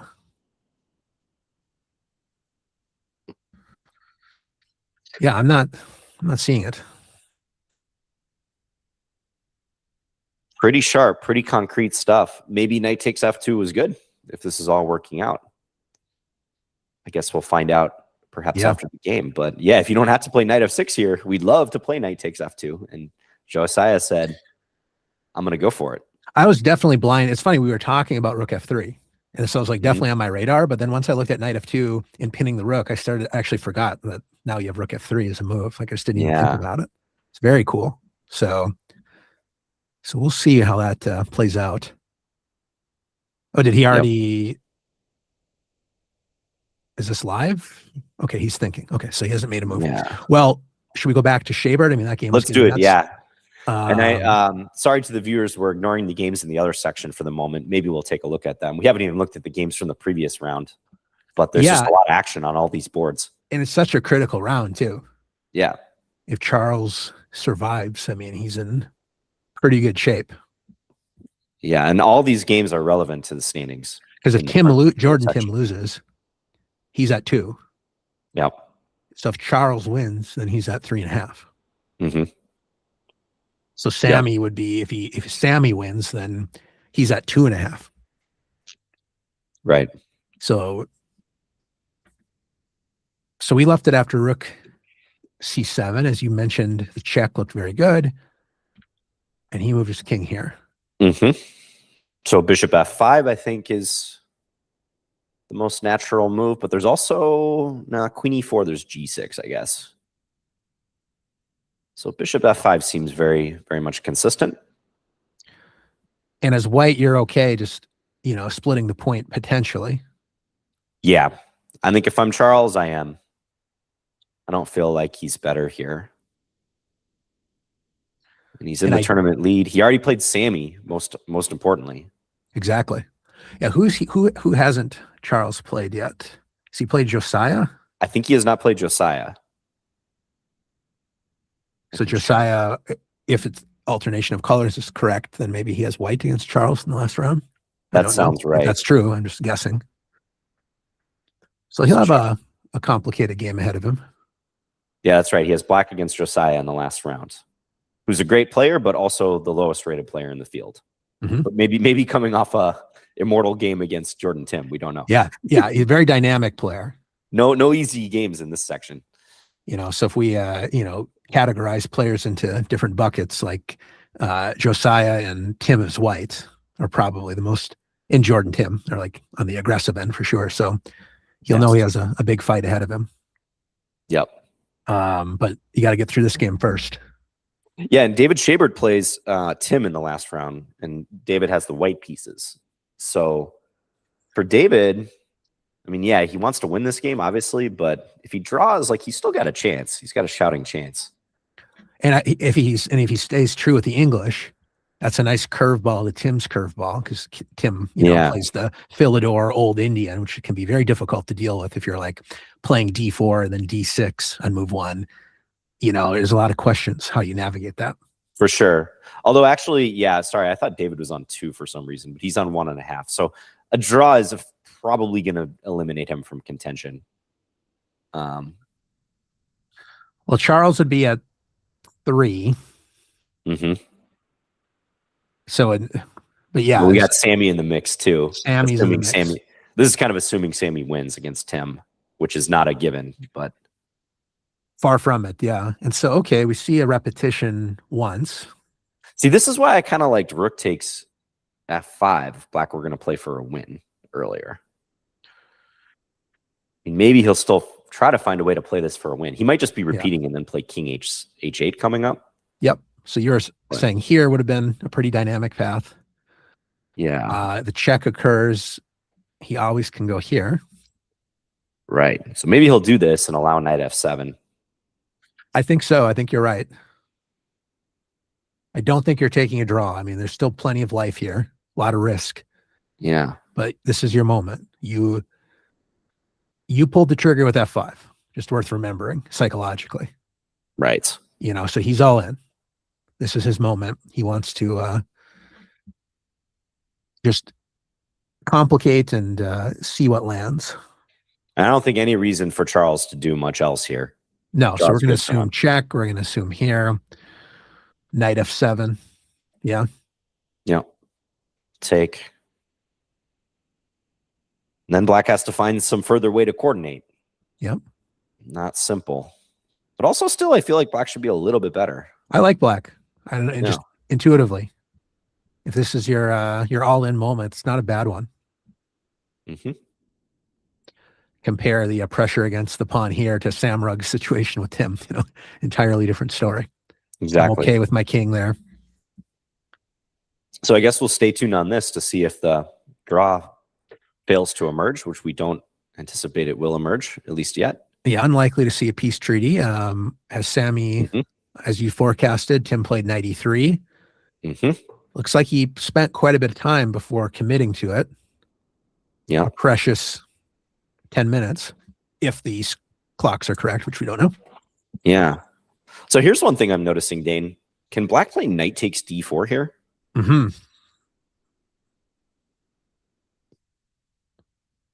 Is this valid? Yeah, you have quite a number of pawns and active pieces after this. And I want that fork after here, and here's your idea. Hitting the bishop and the rook at the same time. Yeah, because White's pieces are also temporarily kind of awkward. Quite. And crucially, White cannot play rook A3 here, as a bishop takes A3. Look out for that. Man. Oh, but White can go knight C2, the backward knight move, connecting with that's an easy move to miss. Very nice. Ooh. I could see this happening, actually. I don't think Sammy's going to fall for this, but I could see it. It wouldn't shock me. But basically, you're trying to change the trend here as Black. Like, you're under pressure. It's very uncomfortable. Yeah. So knight D4 would be a trend-breaking move, but knight C2, very good. Shout out to Alex Yermolinsky, Road to Chess Improvement. Uncle Yermo's GM in residence in St. Louis as we speak. Nice. So shout out to excellent Alex. Yeah, the trend-breaking kind of framework that Dane was just referring to is from Alex's book, The Road to Chess Improvement, which is an excellent book. Highly recommend it. And also, to quote Alex, burn the bridges or maintain status quo. He also talks about that in the book too. Yep. Thinking about David's choice. Right. Never easy. Never. We did talk about last time we were in the neighborhood. Were we talking about bishop g5 here as a move? I think not at this moment because of bishop takes b5 being a threat. But I think we were looking at it after a6. That's right. Okay. Yeah. a6, knight g4. It's funny though, even with, I guess it doesn't work, but I was looking at bishop g5 and some kind of knight f5. It might work. Yeah. So that could even be a move. Yeah, that looks like it works, right? Okay. How bad? So like if you play let's just say you play b4. Last time we looked at a6. So your point about undermining d4, like this could be a way you do it if you don't believe the sky is falling on the next move. Yeah, and that's a good point because that's more principled than a6 even. Like just trying to refute this concept by white. So Tim might go here. You were talking about, I think. I mean, we didn't look at b4 before, but the idea of knight g4. Trying to line up knight takes h6. Can I go here? Yeah, I think bishop g5 would always be the move we'd like to play. Scary, but puts white to the test. It's so interesting how inducing f4 changes the picture quite a bit. Like white does not want to play f4, actually, I presume. No. So now you go back to e7, and that when that bishop isn't firing towards h6, it really hinders white's chances. Oh, do we see a move on the board? Oh, he did play b4. Yeah, this will be interesting, and Tim doesn't have a lot of time. I believe there's a 30-second increment, right? I think so. Yeah, it's 40 and 90, and then sudden death 30. So they still got a long ways to go before move 40. And do you see the moves on the screen? Yeah, just b4 is looking like a variation as opposed to a move. Oh, yeah. But when I go here back to live move, b4 was played. Yeah, so I think that's live, but you're right. It should normally appear up there.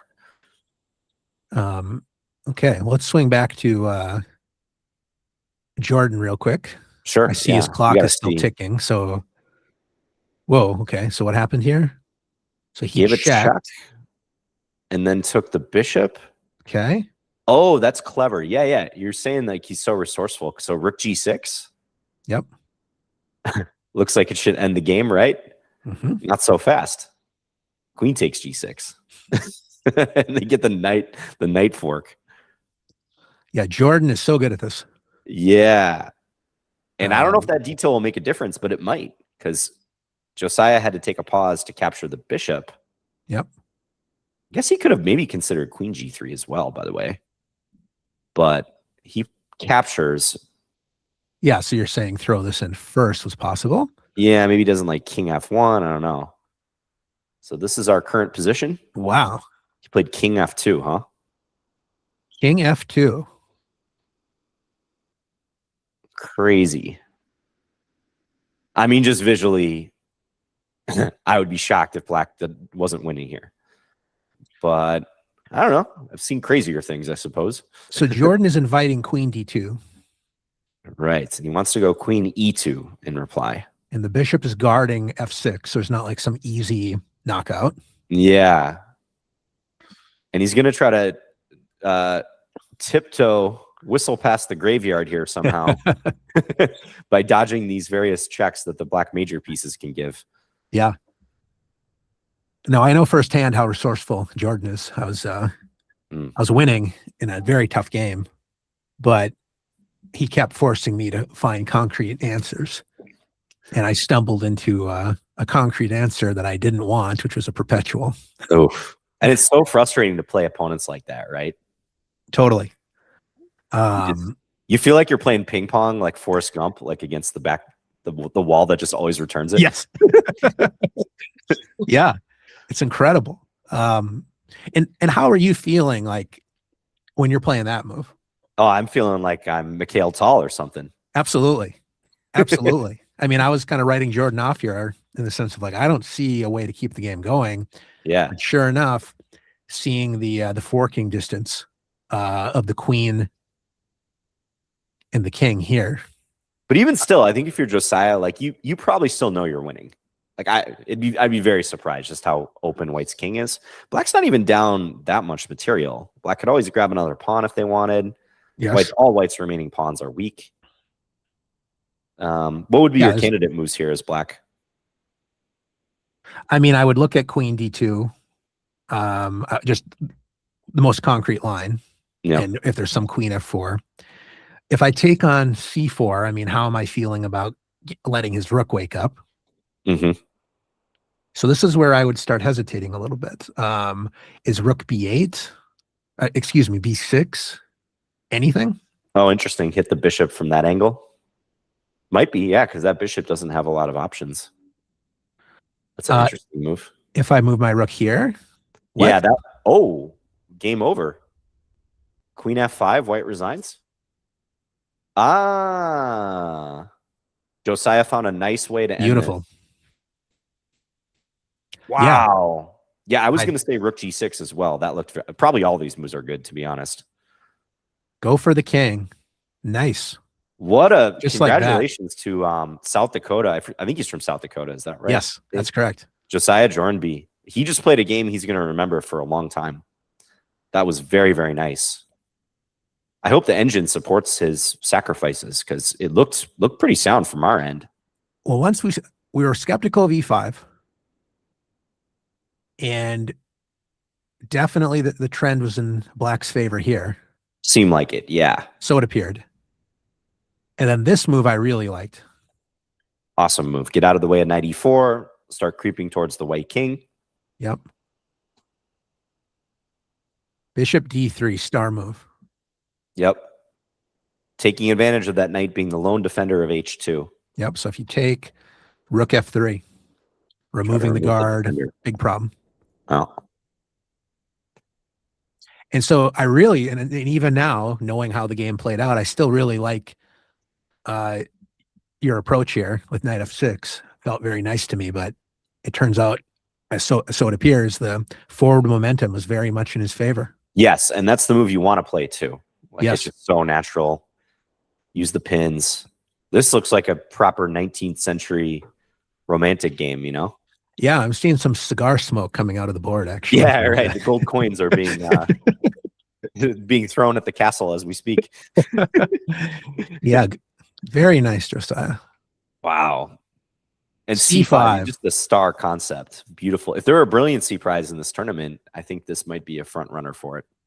It would have to be. Absolutely. And maybe we can just tell the audience why White resigned here at the end. Exactly. So where does the king go? Right. If I'm here, if nothing else, I have this fork. Yeah, and both players know that that's a win for Black. And if we try to go down the other corridor, well, we're cutting off the F file. We can invite this rook to the dance, right? Mm-hmm. Yep.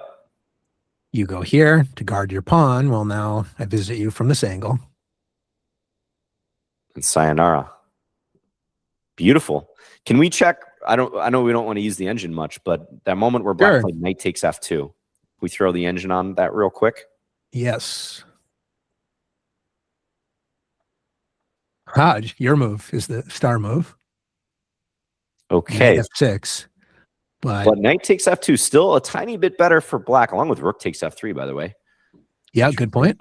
Multiple ways Black can play this. So if I'm going to guess, Dane, if White had a defense, it's some very narrow defense, right? Although, interestingly, it doesn't suggest rook takes f3. But comes around to saying, yeah, it's fine too. Okay.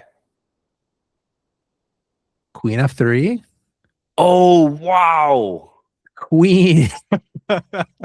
No way. This theme rears its head in a different line. How does this work? You're going to take the bishop on c5. Yes. You have to unpin your rook. So knight e4. Oh, my. King moves away. Remove the guard. Get a little forky. Multiple Black pieces are attacked, and somehow queen g3? Maybe this kind of a thing. Oh, look at that. Yeah, you'd think queen g3, rook g2, queen e3, pick up the knight. But that walks into a windmill at the end. If So this black is were to do that. evidently a draw, or at least balanced. That after the king moves here, there's a number of moves. Super important that black cannot play queen takes c5 here. Yes. If not for that detail, white's obviously probably busted. And this is the windmill you're discussing. Wow. Okay, I mean, if we take the engine's word that white must find queen takes h6 to survive here, because it's kind of small on my screen, but it's saying everything else is losing for white, right? Yeah, minus 0.2. So white has chances to hold the balance with perfection. And even here, look at this. Black doesn't even have to take. Black can No. play king g8, and it's still massively complicated. And the game continues. There's no bailout here. Wow. Oh, because now queen takes g7 doesn't work because there's probably no windmill. You can insist on sacking the queen and doing the same thing, but there's no windmill in the end. Yeah. Well, and now you have to be accurate as black and move your king here. Massive complications. So in a practical game, even as resourceful as Jordan is. Yeah, because we thought knight d1 might be, hey, maybe that's a way to keep white in the game. I liked what he did. And it was not obvious to us that there was a complete knockout here. But when c5 occurred. Yeah. Beautiful. I think if you're Josiah, you can feel very good about that game because knight takes f2 is so natural. It's a move you want to play. Even if the engine finds a miracle defense for white, hardly anyone's going to find that. You put white under maximum pressure. You exploited your moment very well. A beautiful play. And so Josiah's had a great tournament then, right? So he drew Sammy. He beat Tim, if I remember correctly. Yep. And now he lost to David. I'm sorry, he didn't beat Tim. I'm sorry. He drew with Tim. Drew Tim. Yeah. Okay. Okay. So yeah, he lost. Okay. That's right. He lost to David. So he had a great recovery. Yes. From that. And because Jordan was outright second. Yep. So you officially leapfrogged your opponent. And what's his reward in the final round? He's going to play Sammy. Yes. And Jordan will have black, right? Actually, Josiah will play Sammy. Oh, I'm sorry. Josiah. Sorry. No, I'm wrong about that. You're right. He already played Sammy. Yeah. Jordy, you're correct. Jordan and Josiah, I'm getting them confused. Yeah, a lot of J's. Yeah, Jordan's a lot of Tims. Right. Will be to play Sammy in the final round with black. With black. Yeah. Okay, well, that'll be interesting. Yeah. And credit to Sammy, by the way. Like when I watched him grow up, he's mostly an E4 player. Mm-hmm. His game against David, OK put it, he kind of summoned his inner Karpov. Mm-hmm. Had a Queen's Indian as white. Beautiful game. Very nice. It's like Karpov Ribley would be my guess. Like because David played well too. Or something. Yes. So okay, well that really shakes things up. Let's see our top board. Yeah. Okay, we didn't expect a peace treaty. We don't see one either. So actually David was open to it. Is that right? Whoa. Yeah. So here he said no moss. Wow, you can take the draw, Charles. And Charles says, no, I don't want a piece. I want the whole thing. I'm pretty shocked by that. Me too. I'm very surprised by that. Well, if your attitude is I can win this, then I'm at 3.5 out of 4. That's true. But you face a serious risk of a reversal here. Yes. I mean, concretely, what is the idea after queen f8, let's say? Yeah. So white has a check on e4. That knight on d5 is loose, but so is the knight on f7 in the end. So let's say he goes queen e4, g6, bishop takes h6. That's the idea. Oh, we could see 3 pieces for the queen, maybe, Dane. Queen takes f7 or queen takes h6. Yeah. Get rid of the light squared bishop, you think? Yeah, I'd probably get rid of the light square bishop. This would be a fun imbalance. Who you taking here? I'll let you know in about 20 minutes. Yeah, right. No, I don't know. I'm always drawn to this dynamic play for black. I don't know. I like this, like the fortified bishop. Yeah, I mean, concretely, maybe white has issues too, because there's discoveries, knight b3, the bishop is hanging obviously on h6. Yeah. I'm a believer here. I like this for black. So that's with black playing queen f8 and actually inviting queen e4. Psychologically hard to play, maybe, but David is a very concrete player, so it wouldn't shock me to see him find that. And what else are you really going to do? I mean, you can play rook takes f7, obviously. That's maybe the default move, but right. You might think about moving the queen. I would definitely think about moving the queen. Absolutely. And here you just have to weather the storm and ride the wave, right? Mm-hmm. You're looking at this from afar. Right. And do I put everything on the line with the queen move, which looks excellent from a practical point of view?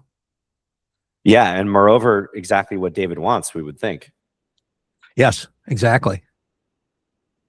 So this could be this could define the whole tournament. He played queen e8, which might be similar. Yeah, fair enough. So still queen e4. Oh, but I guess now after queen e4 g6, the queen will not be attacked. Good point. In the case of bishop takes h6. Queen here, creates some interesting alignment considerations with the bishop and the queen. For sure. Knight f4, you said knight b3. There's tons and tons of play here. And if queen e4, g6, knight takes h6, I mean, this doesn't pass the smell test to me just without even calculating. Like, white's look so uncoordinated here. Is knight f4 a move? Yeah. Yeah, knight f4, that like cuts across everything.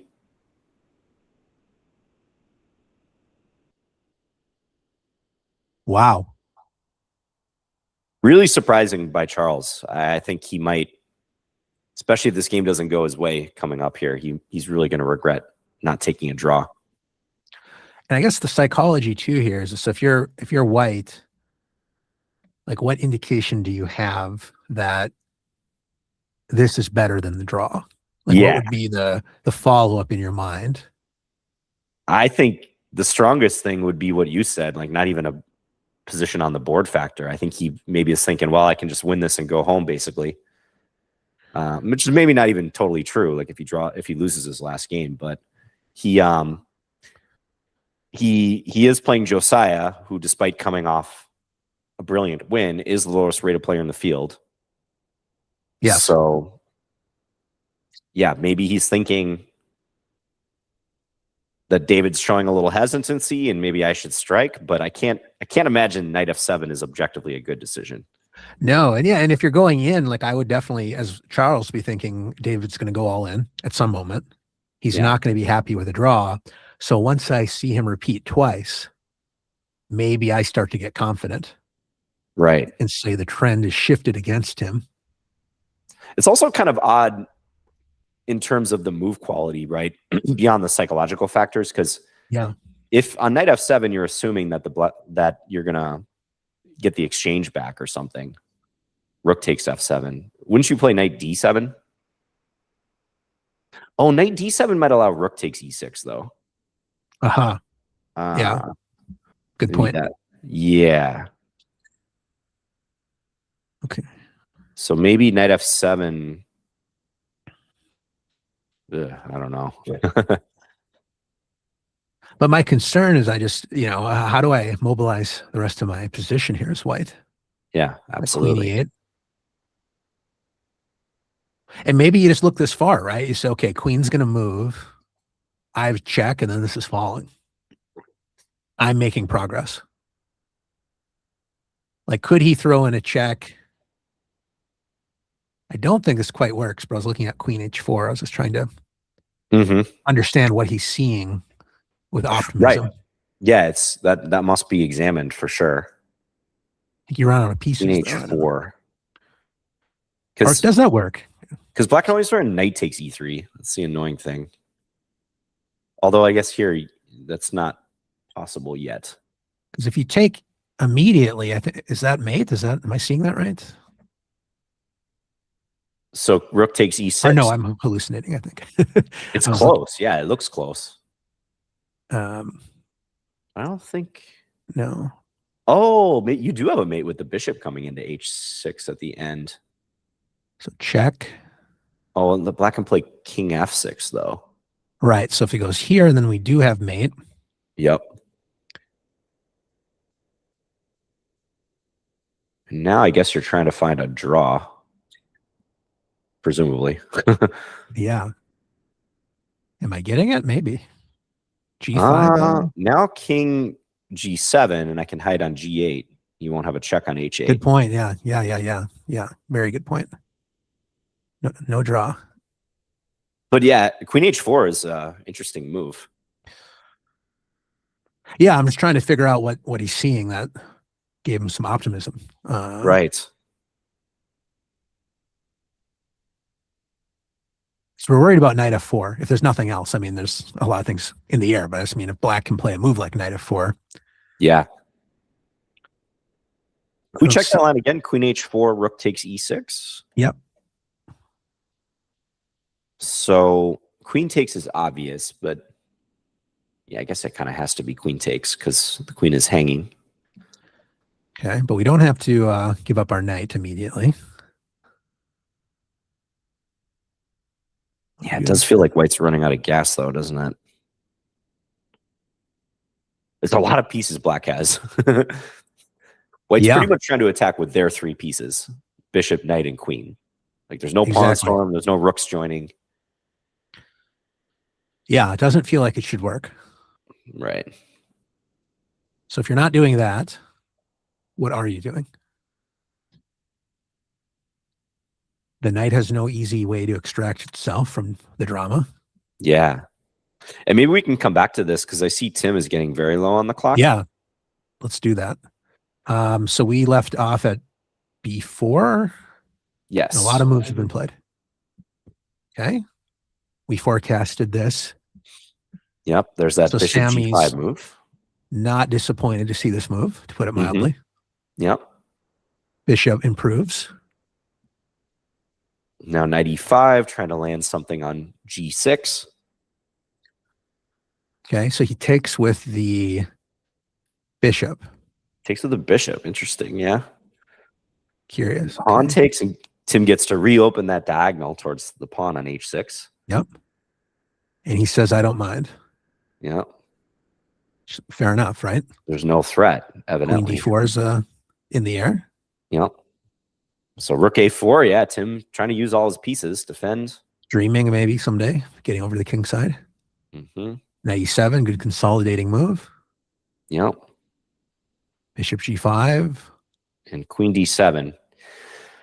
Yeah, so Tim definitely is desperate here. He's down a couple pawns. Black's been successfully holding off every wave of attack so far.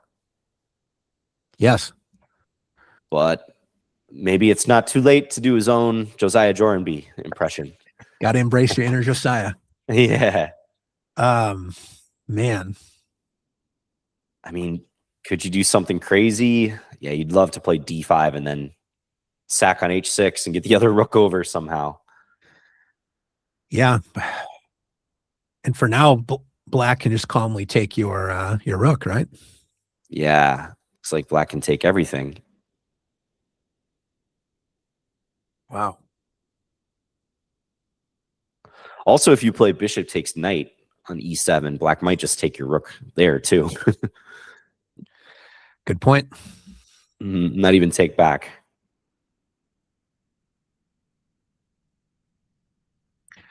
Yeah, I don't know how to continue here.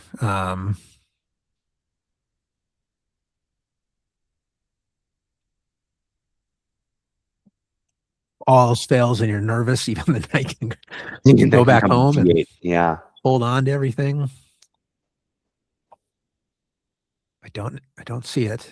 I feel like Tim is going to do something like d5 or bishop takes h6 and Yeah, hope why for the not? best, because it's Why looking not? busted otherwise.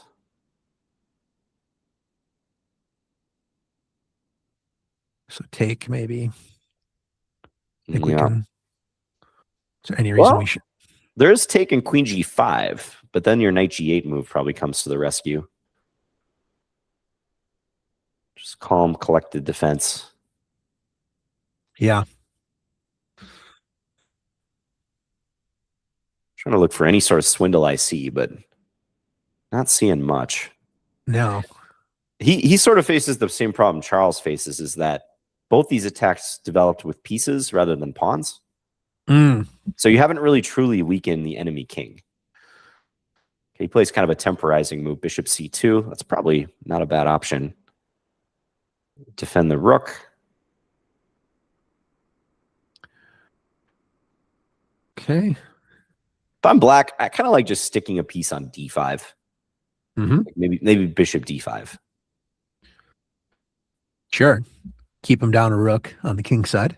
Yeah. Just say, hey, I'm up 2 pawns. This might not be the fastest way to win, but barring something extreme, I don't think white's getting through here. No.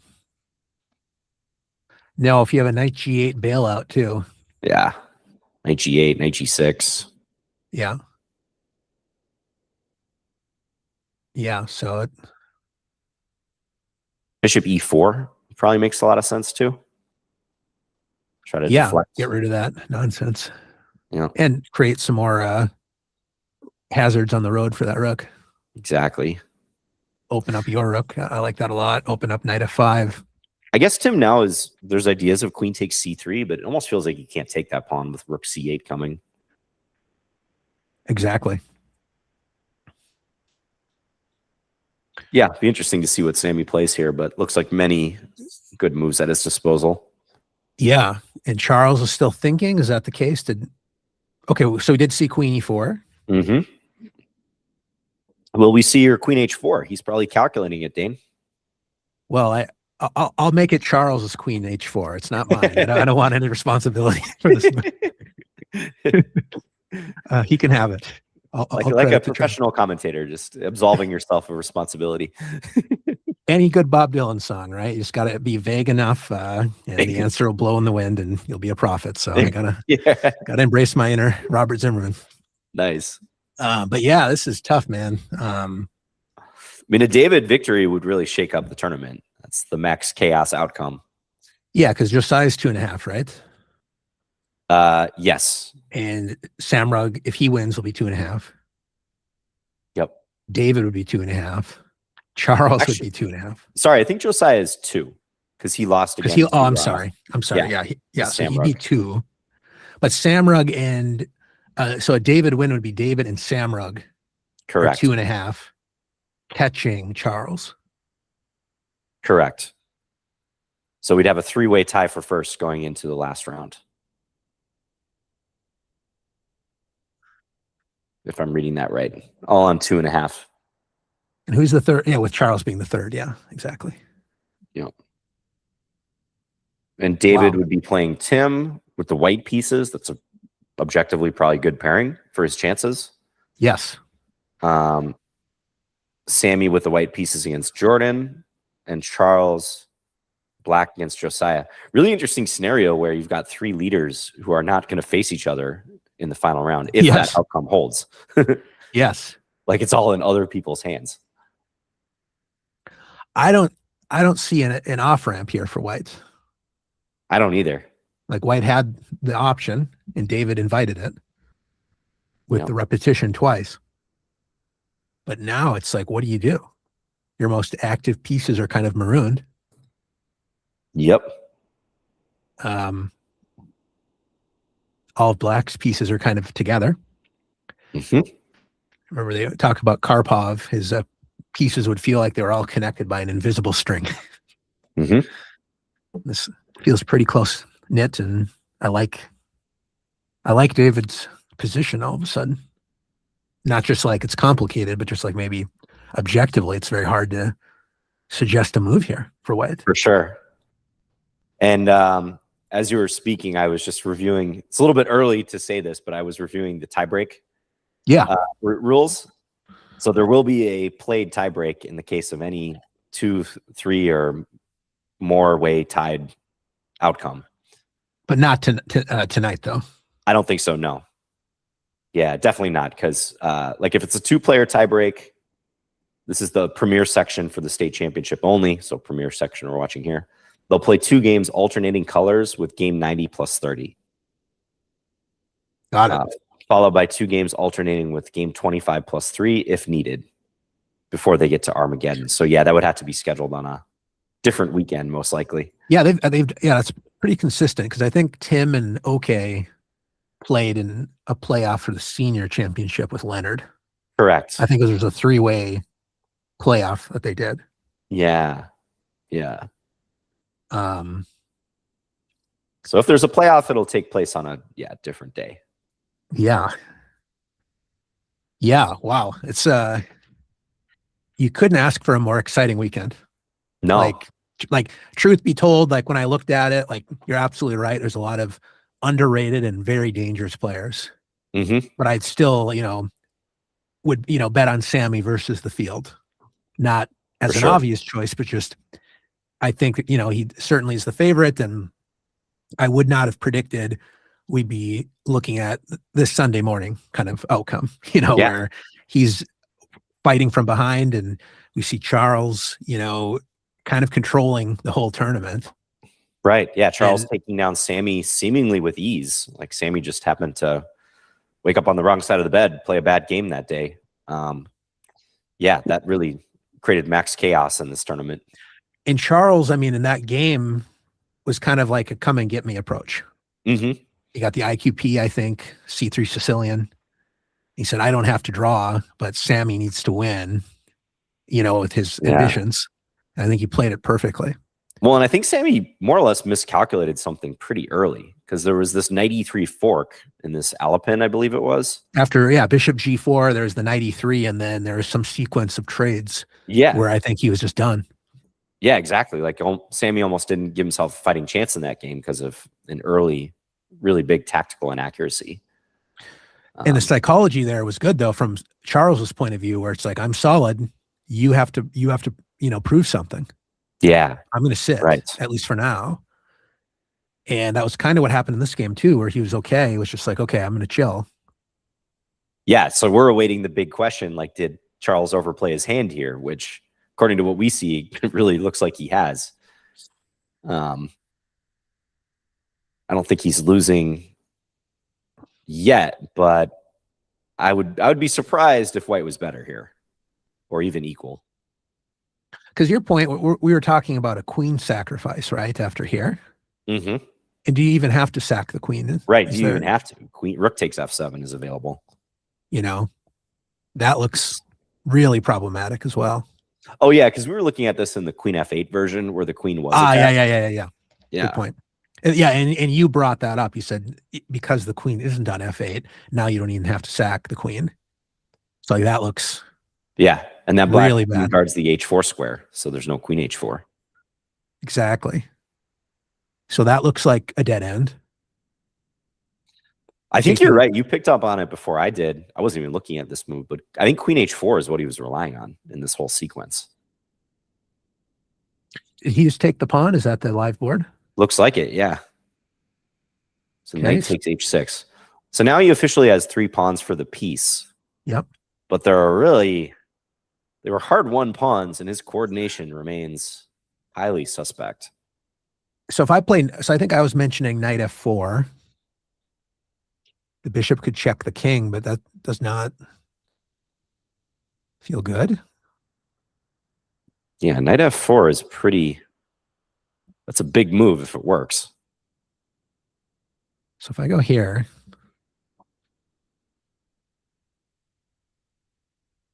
now what? Do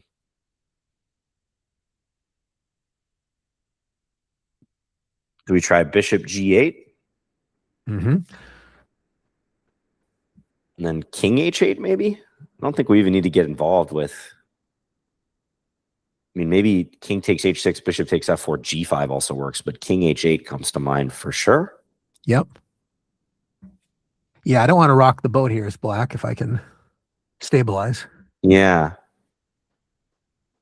So everything looks very scattered for white. Queen e5. Very bizarre arrangement of pieces here. Quite. But I just hate how many like Medusa heads that black has. Like knight c6 is an option now. Exactly. Exactly. And maybe knight d3 even. Yes. Well, then there's like, oh yeah, but white can't even go to b5. I was thinking queen b5, but that's covered. Mm-hmm. Yeah, would you invite your knight into the game? How do you feel about, do you want to extract the bishop? I mean, in other words, do you want to allow that trade, or do you want to let that bishop kind of fester? Yeah, probably because bishop takes f4 is in the air. Yeah. So that. Yep. Good point. So things are a little loose for both sides, but it definitely feels like white should be the looser one in my mind.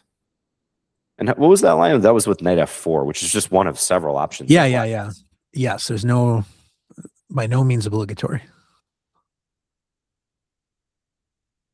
There's some traps though, right? Like you probably saw this, but it crossed my mind. Like if bishop f8, let's say, that would be a good way for David to lose the game. Yep. Because the one loose thing on the string, right, was the queen. Yes.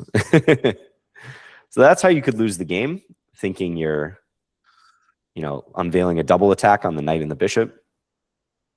Same with bishop d6. Now you're feeling the pressure as black. Like, you were already resigning to the draw. And now you have a new lease on life. And it's complicated. What about just knight takes e3? Sure. That's got to be one of the top candidate moves. Because we have knight takes e3, queen takes e3. That's more or less forced, I think. Yep. Now you could play rook takes e6 if you want. Sure. Queen takes, and then take on h6. Okay. That's a lot of minor pieces. Mm-hmm. And you're going to wiggle out of a pin. Like, I don't think a rook pinning the bishop is the end of the world at all. Queen g7 or something, or queen c6 maybe. There's a check. So it's 3 minor pieces against a rook and 3 pawns. Interesting imbalance. Quite.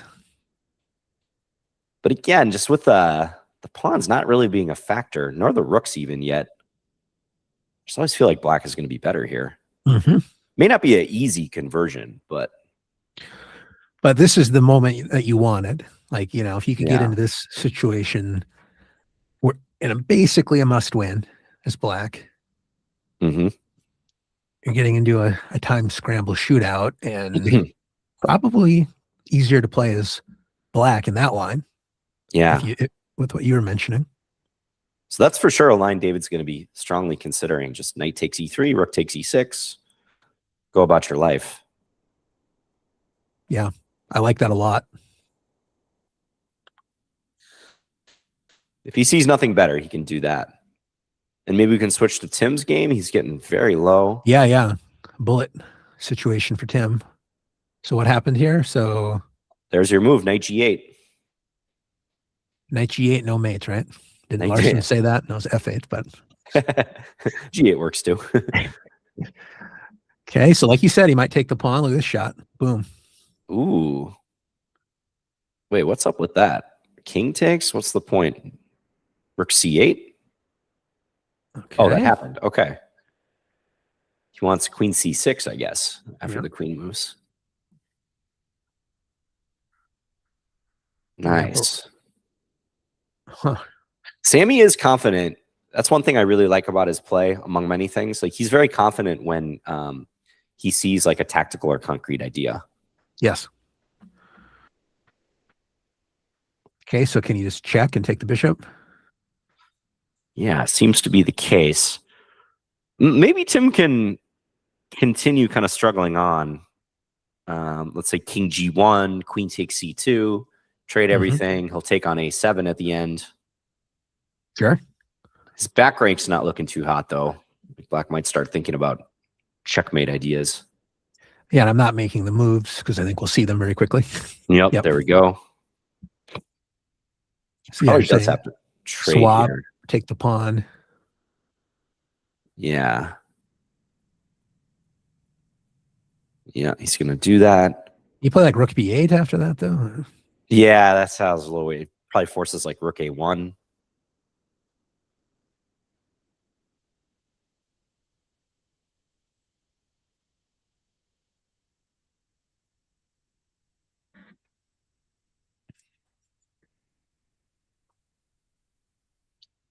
Yeah, definitely a technical win for Black.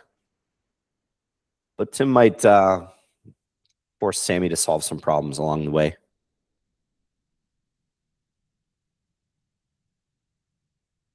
Yeah. I think you got to play rook takes a7 just to have something to show for this. Yeah, what else? Mm-hmm. There's not really any tactical threats, are there, after rook takes a7? There's no bishop takes h6 shot. That knight on g8 is just beautiful. Yeah, rook b8 and then rook a1, and it's not looking good. Which I think we're going to see. Rook b8, rook a1. Then rook b to b2, let's say. Yep. Or rook b4, maybe. Start going after the pawns. Okay, so we're not seeing much hope here for Tim. I see David's clock is still ticking. He's below 10 minutes now.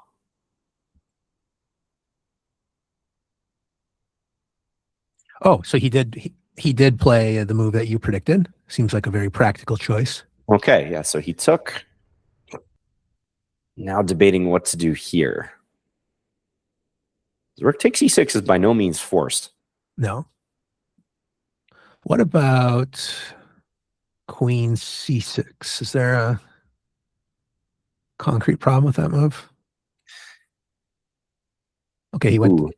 Yes. Yeah, queen c6, d5, I guess, was a consideration. Although then maybe rook takes e6 there. But take. Okay, so he's going to go for the 3 pieces. Very smart. Exactly as you predicted. Seemed clean. So if he puts a rook on e1, what are we playing? Queen d7? Is there something better than that?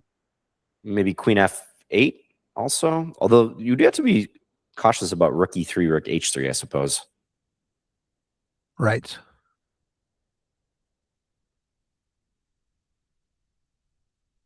He might want to go bishop c8 at some point too. Controlling that h3 square might be nice. And are you okay trading queens here as Black? So like queen d7, queen d5? That's a good question. I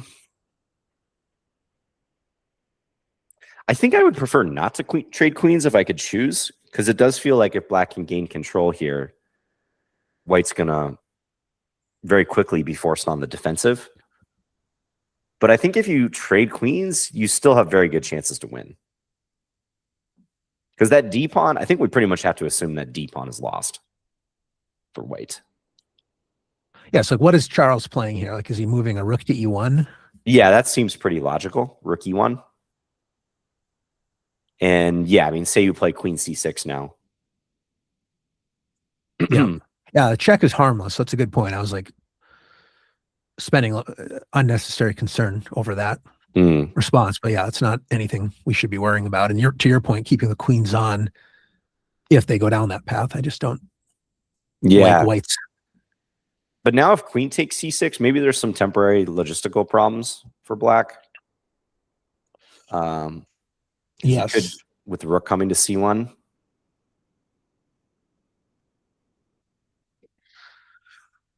Yes. Maybe not. Well, so let's say here. If here, do we just have rook g7? Is that okay? Yeah, that looks fine.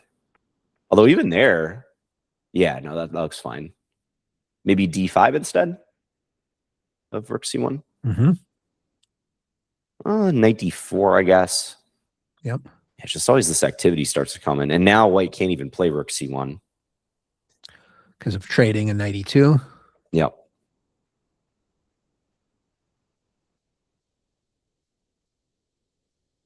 And that was played, rook fe1. Oh, okay. Yeah, I'm getting into that side variation again. Okay. Yeah, so maybe David will do exactly what you mentioned. Queen c6. Yeah, I'd like to keep queens on board if I'm black, but maybe it's okay to trade them. It's a pretty good opportunity to do so and try to coordinate. And we're getting low on time as black. Exactly. So would it be easier to try to play without queens? Mm-hmm. I don't know. I mean, it's...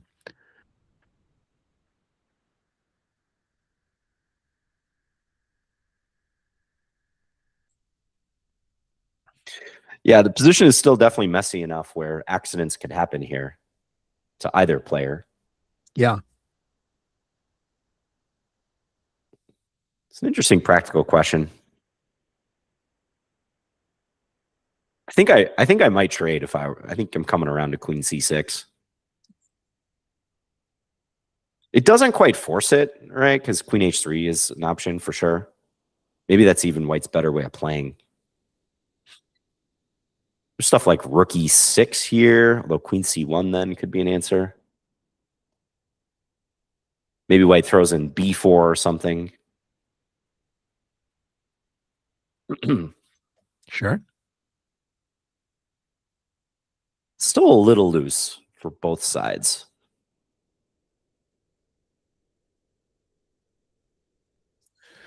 Yeah, how are we handling this? Knight b3 or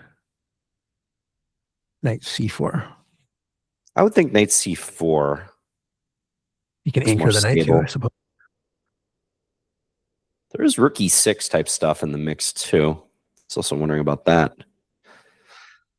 Mm-hmm. Queen d5, let's say. Yep. And then queen g4, maybe? Okay. And there's queen f5 if black needs to. Try to insist on a queen trade. Yes.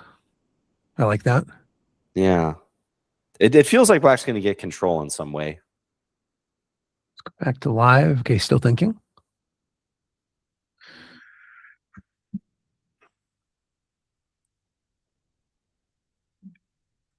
I don't want to get too low on time, though. Yeah. So I think there'll be more critical moments to arrive.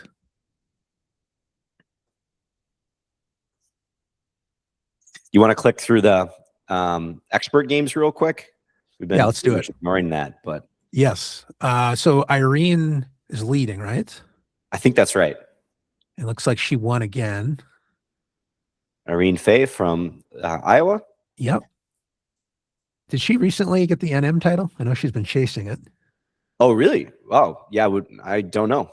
I don't know a whole lot about her other than that I've been hearing her name over the past few years as someone to watch from the Midwest. She plays in a lot of Minnesota events. Yeah.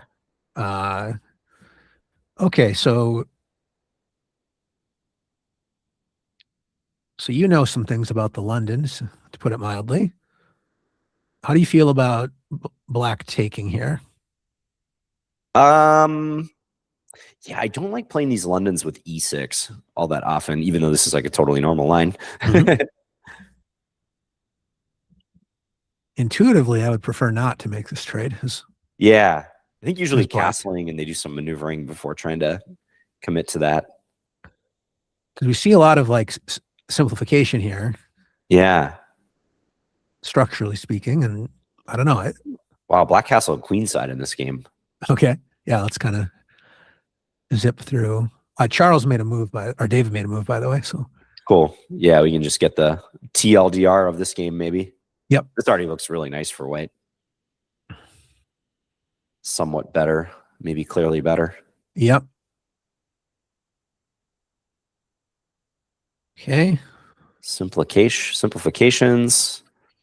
Very mature play by Irene. Doesn't mind an endgame. Yeah, French endgame. Yep. Doesn't feel great for black. But black tries to create some weaknesses. I mean, it seems like black's position is still reasonable around here. Mm-hmm. A little passive, but reasonable. Okay, that's unfortunate. Hmm. How old is Irene, do you know? I don't. She looks quite young. So Yeah. I would suspect she's going to be playing junior tournaments for a while, along with opens. So it looked like she was kind of in control for most of the game. I don't think. Yeah. Black looks like black's kind of self-destructed there towards the end too. I think black was worse, but maybe could have defended that. Should we pivot back to David and then we can go Let's back do to it, the expert if there's a lull in the action? Ooh, queen g8. Yeah, this move crossed my mind, but how did David allow that? He played queen d7. And So he offered a queen trade, but he tried to do it in a way where he didn't want his pieces to get all messed up. And Charles says, well, I don't have to agree to the queen trade. Okay, can I play bishop f6 here? Yeah, that looks reasonable. Don't like queen h8 in the air. Absolutely. And you're under 5 minutes too, so it's like psychologically, like you've got to start making some moves a little bit more quickly. But you also don't want to blunder, so I get that. And a big tip for viewers is, we've been talking a lot about coordination, because when time gets low, it's imperative to find moves that help you coordinate your position. You don't really want a lot of loose ends. It's so much harder to play and keep a blunder-free position that way. So this feels reasonable, right? Mm-hmm. Yeah, queen d8, another good move. I was thinking rook c8 as well, but he probably wants to avoid a pin on the 7th rank. Yes. So queen d8 looks good. Curious why he chose here over c6. Yeah, I think he was trying to have his cake and eat it too. He wanted to trade queens, but not experience the slight coordination difficulties we were looking at. Yeah, fair enough. Okay. Probably good. I think black's still doing well here. Not giving white a chance to lift a rook or anything. Mm-hmm. I suspect we're going to see queen e6 here. Yep. And maybe then he's going to go queen d5. Yep.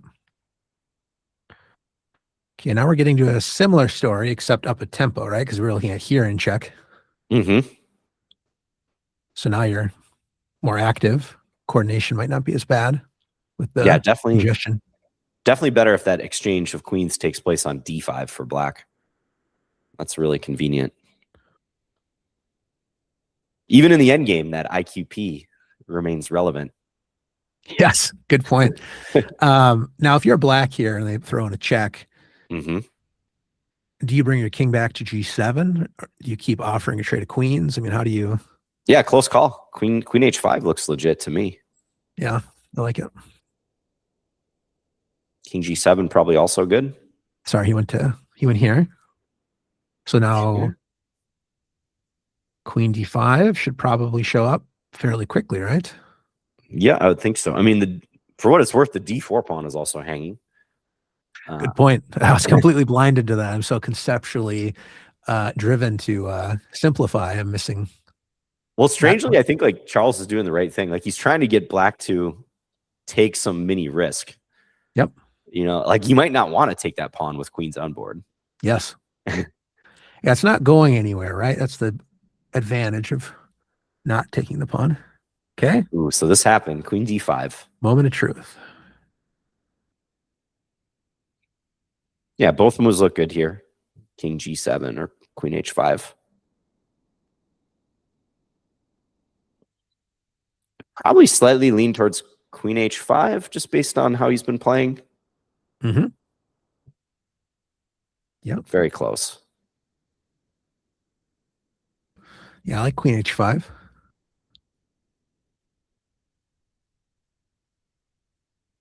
I mean, if you play king g7, white's got to do something in a hurry because bishop f6 is coming. Mm-hmm. Knight b3 maybe. Yeah, eventually the knight will stop watching the candidates off the board and get back into the game. It's going to happen. Queen h5, okay. Expect Charles to still play fairly quickly. Mm-hmm. Yeah, try to put pressure on David. So we'll remember, the decision not to grab that draw when it was on the table. Right. Well, And that was a straight up threefold, right? Like if he had played, maybe you can click back there really quick. Yeah. Where was the threefold officially available? So we were here. So I think the position after rook c7, bishop, rook c7, that was the first iteration. So that's 1, 2. And so now if here you could bail out, or not bail out, but I mean keep the game going. Correct. So he could have done that. Could have maybe done he would that. have. Yes, maybe. Maybe I was too presumptuous to say that he was resigning to a draw.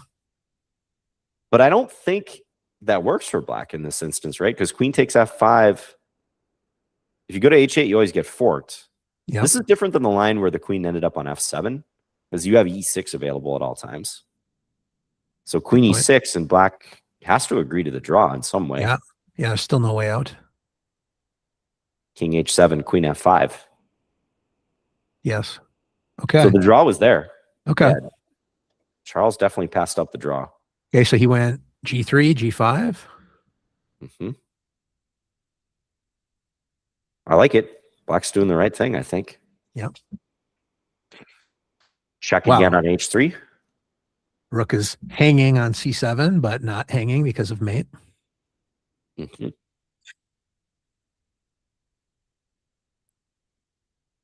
So if you check again on h3, I think he's going to play king g7 then. And say, I like my queen eyeing up the g2 pawn. Yeah, don't play queen h4 and allow rook e7.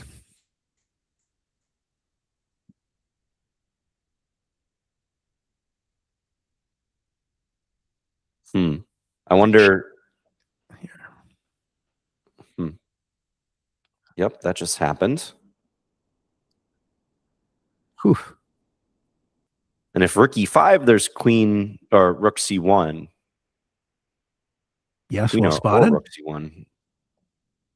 It's weird. Like sometimes in these positions, I've experienced this too. I actually had a game against Uncle Yermo at the Twin Ports, where I went for an imbalance of a rook and 2 pawns, and Yermo had 2 bishops against me, and there's also rooks on board. And my 2 pawns that I had were connected on the queen side, connected and passed.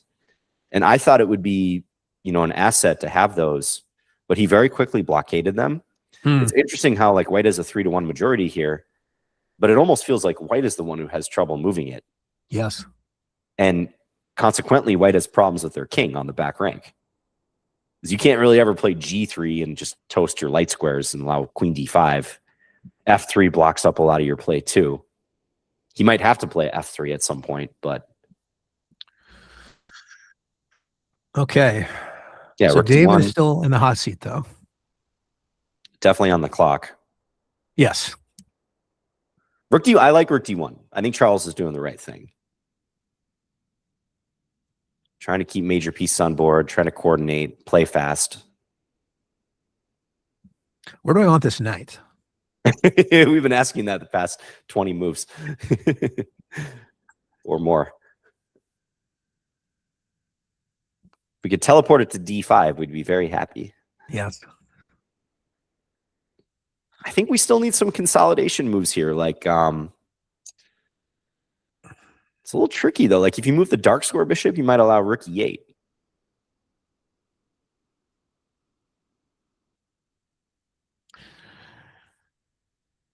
Maybe we start with bishop C8. Kind of like bishop C8 just to get that queen out of there on H3. Oh, I don't know. We lose some control of D5 that way, too. Well, this is tough now because you're getting low on time. So how do you create a position that's at least practically comfortable to play with no time? Right. What about bishop D5? Originally, I didn't like this because of rook E5, but then we have that rook C1 move again. Yep. Oh, but then there's rook takes E7. Yeah. Yeah. Which I'm yeah, actually not sure even works at king f8. It's sharp. This is the type of thing Charles might pounce on. yeah. Ugh. I'm not actually sure who that favors, but it looks very scary. Yeah, it's a good way to shatter David's right. White nerves. can go rook e1. It probably favors white. Let's go back home. Yeah. And then white's probably winning, or at least one apiece. Okay, so what about... Okay, knight c. Okay, that's another way to control the e5. So probably a good move. Yeah, like you said. What are we doing with that knight? Yeah, I was thinking of even floating it here to f5. Yeah, that'd be great. That's a smart move. Yeah, David, I mean, like I was saying earlier, he's played a lot of blitz. He has great instincts. So he's not likely to make an unforced blunder. No. Although maybe commentators curse. Shouldn't have said that, but yeah. Yeah. Well, okay. What now? If rook c1 looks kind of annoying. That's what I was going to ask, is the pin. Yeah, I was trying to figure out the next move.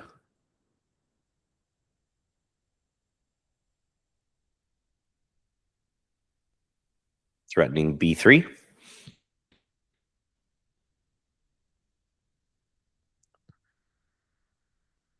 Yeah, it's kind of annoying.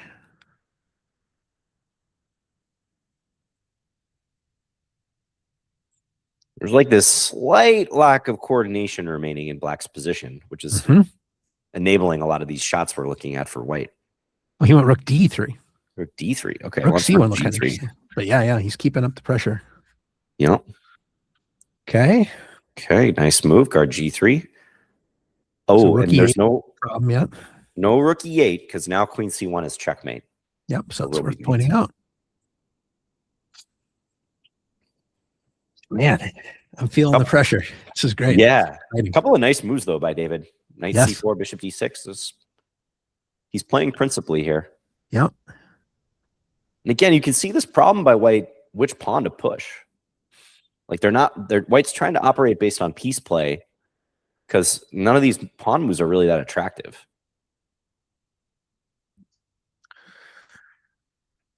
If I could transport my rook to h8, be an interesting dream. Mm-hmm. Queen d7 becomes a thing, maybe. If you move your rook back to c8, for example.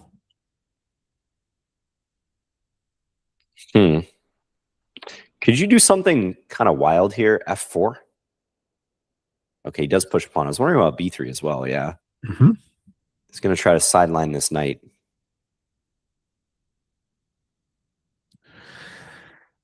Can I get away with knight d2? Knight d2. Interesting. Am I blundering something? Interesting.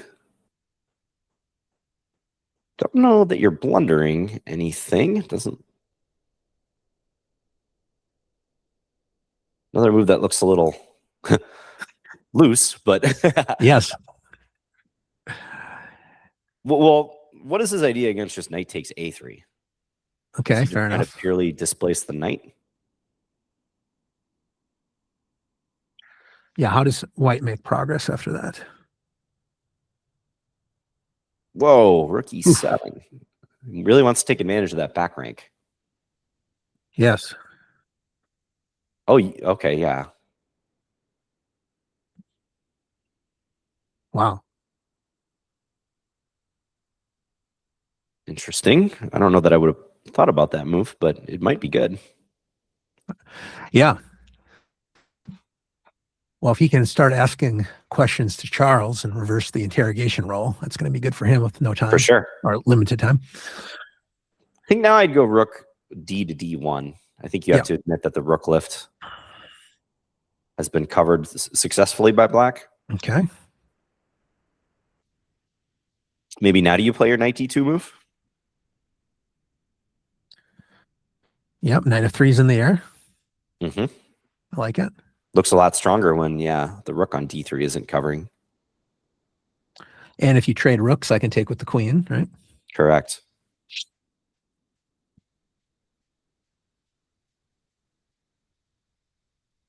Whew. Nice one by David. I think he's doing everything right. Still everything to play for here, but I like what I'm seeing. Rook e7. Yeah, very good blitz instincts, and I'm low on time. I really get into tunnel vision mode, and like my knight's hanging. Where do I move my knight? Yes. Not a question of like, do I need to react? Absolutely. Which I should be asking. Whew. I'm kind of forcing Charles on the defense. Mm-hmm. Absolutely. He can't even play rook e to d1 because that allows knight b2. That's a fork. Exactly. So yeah, maybe you, as you said, you just have to, unless you're finding some key idea here, you just need to admit black is holding everything together. Yeah. Go back home with rook d to d1. Yeah.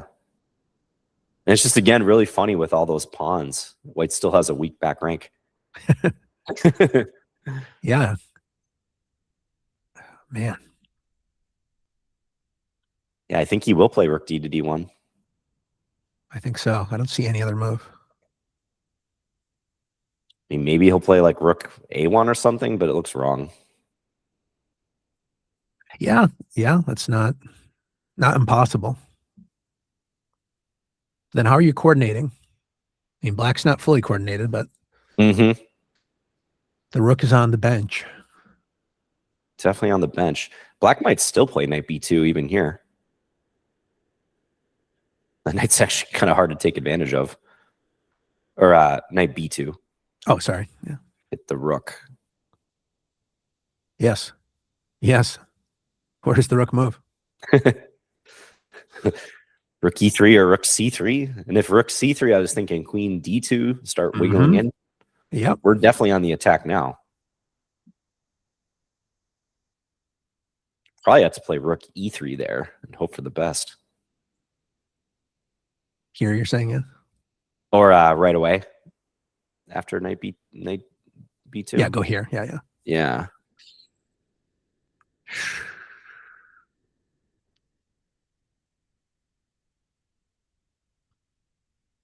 Arguably unnecessary for black to do this, but he did go rook d to d1.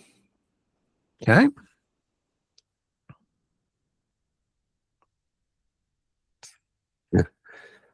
Queen d2 would be a nice shot, but loses the game after rook takes e7 check. Yes, unfortunately. So can I dangle my knight here? Yeah, we were liking that move.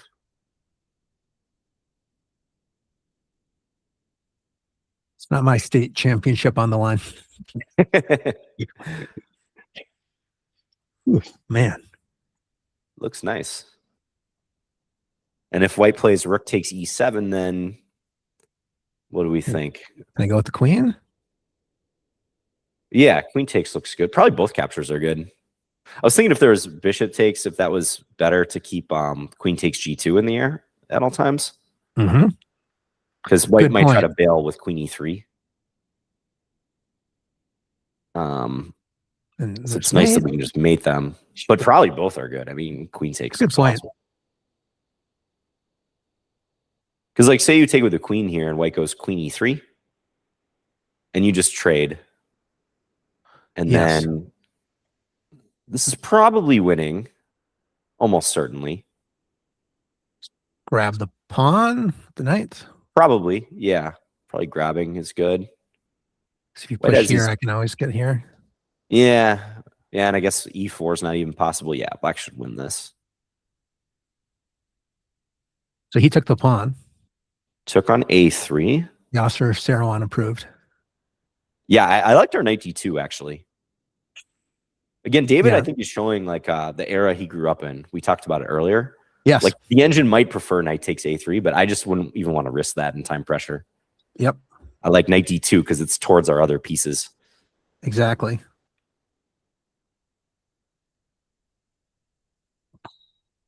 d5. Okay. Yeah, Charles is just trying to land something here. Rook e6. Hoping for some hesitancy by black or missing something. So taking the pawn might be very risky then. Yeah, like bishop takes. Yeah. Right. It might blow up in your face. Take my pawns, please. Is bishop b4 inappropriate? I don't feel like you have to force rook takes e7. Kind of like I was about to say knight c2, but that's a way to blunder queen c3. That's what Charles was hoping for. Exactly. That was the only reason I was looking at bishop b4. Like trade the rooks, but then guard that c3 square. But knight b5 came to mind. There you go. Oh, and you just played it. Yeah, that knight is I like annoying. that. Like if rook e6, hoping for some transformation in the structure. No, rook e6. I was going to say knight c7, but then that blunders on d6. Yeah, so the bishop's tied down, or the knight's tied down to the bishop. Yep. Wow.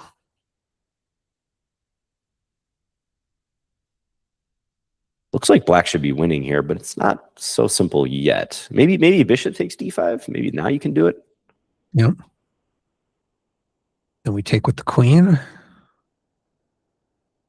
Yep, probably. Well, you don't have to take with the queen. But yeah, stop queen d7. But Charles is maybe just hoping to get some scenario like this. Like maybe he takes and some queen d3 lands and somehow black's pieces get forked. Yeah, he's doing a great job keeping it complicated. Yeah. David down to a minute 25.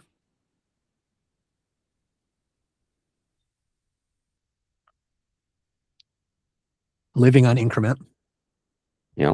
Remember watching Sean Nagel play a lot, where he would get into a situation like this as black, and he just seemed to have kind of mastery with how to play with 30 seconds on your clock. Like just under 30 seconds a move, he'd wait, almost get flagged, find a very accurate move. Yes. And maybe a couple quick moves to get back to a minute and a half. I was always impressed with how he did that. Totally. Sean was always good at managing the dynamics in positions, even under time pressure. Absolutely. I think I'd try rook e6 here, just for lack of a better option. Yeah, it's not obvious what we're playing. Yeah. I have to make a choice. Am I playing bishop d3? Can I play? No, sorry. Can't do that. It just looks like there's many ways black could go wrong. They're unlikely, but bishop c8, blundering rook takes e7. Exactly. Yeah. Like even knight d4 might look attractive here. Mm-hmm. That probably blunders multiple things. Rook takes d6 or queen c3. Is rook f7 too passive? I was looking at maybe trying to prepare bishop c8. That's a legit move too. Yeah, rook f7. Because that knight on b5 is pretty stable. This might allow rook e8 again, but then you could always guard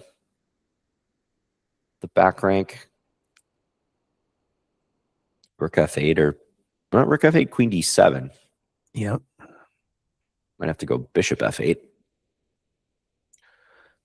Yeah. Bishop f8 and then get the knight to d6. Finally, we found a use for the knight. It's returning from its spiritual journey. Yeah. Full blockade. Yeah, good point.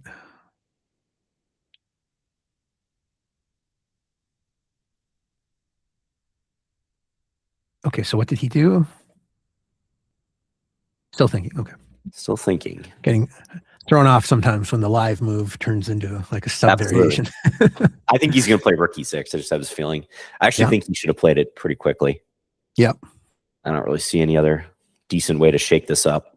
Because David's now anticipating that probably. Yeah. Spending some time figuring out what to do. Because I feel like, let's say you play like queen d3. Sure. I mean, okay, logical move. Maybe black can trade on e1 and play queen takes d5, but black could also just play a6. Yep. And the more of these solidifying moves black gets, the likelihood for white to make a comeback just continues to tick down. Yes. At some point, black's going to be too stable where you don't have any tricks left. Yeah, I like your stabilizing rook e6 here. Yeah. So you got to try the messiness when you have the messy moves available, when you know you're losing. And you have an advantage on the clock for now. Once you're starting to dwindle down into a shootout, no time. Yep. I don't know. And thanks to everyone watching, by the way. Just wanted to give a shout out to our viewers. Really action-packed round, right, Dane? Like we've been pretty enthralled by everything going on this round. I was excited about trade rooks.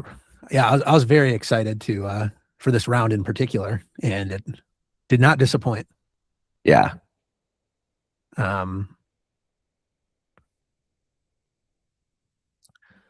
Who would think, we'd get into a fascinating French Rubinstein?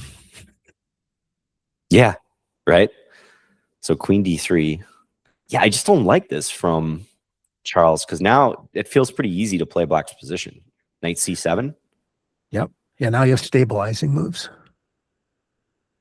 Everything's protected now, more or less. Because rook e6 asked a question, right? Like you're posing a concrete question that black has to answer. Whereas here, I don't know what the questions are. Exactly. We've got one question on the knight, but after knight c7, which I presume will be played, where's white's play? Even if you don't win the d5 pawn right away, like where is white's play coming from? And what if we even react and like weaken b6 for a moment? Like even if I do this move, is the sky falling? That's also got to be fine. White really suffer. This happens sometimes with these pawn majorities. The 3 versus 1 is just not easy to activate for white for the reasons we talked about, weakening the king, but also black having the pawn specifically on g6 holds up a lot of contact white might otherwise look to make with the black king, is it guards f5 and h5.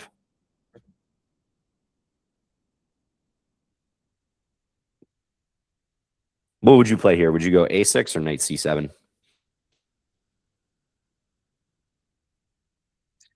Good question. I don't know why I'm wanting to keep the knight on b5 and play a6.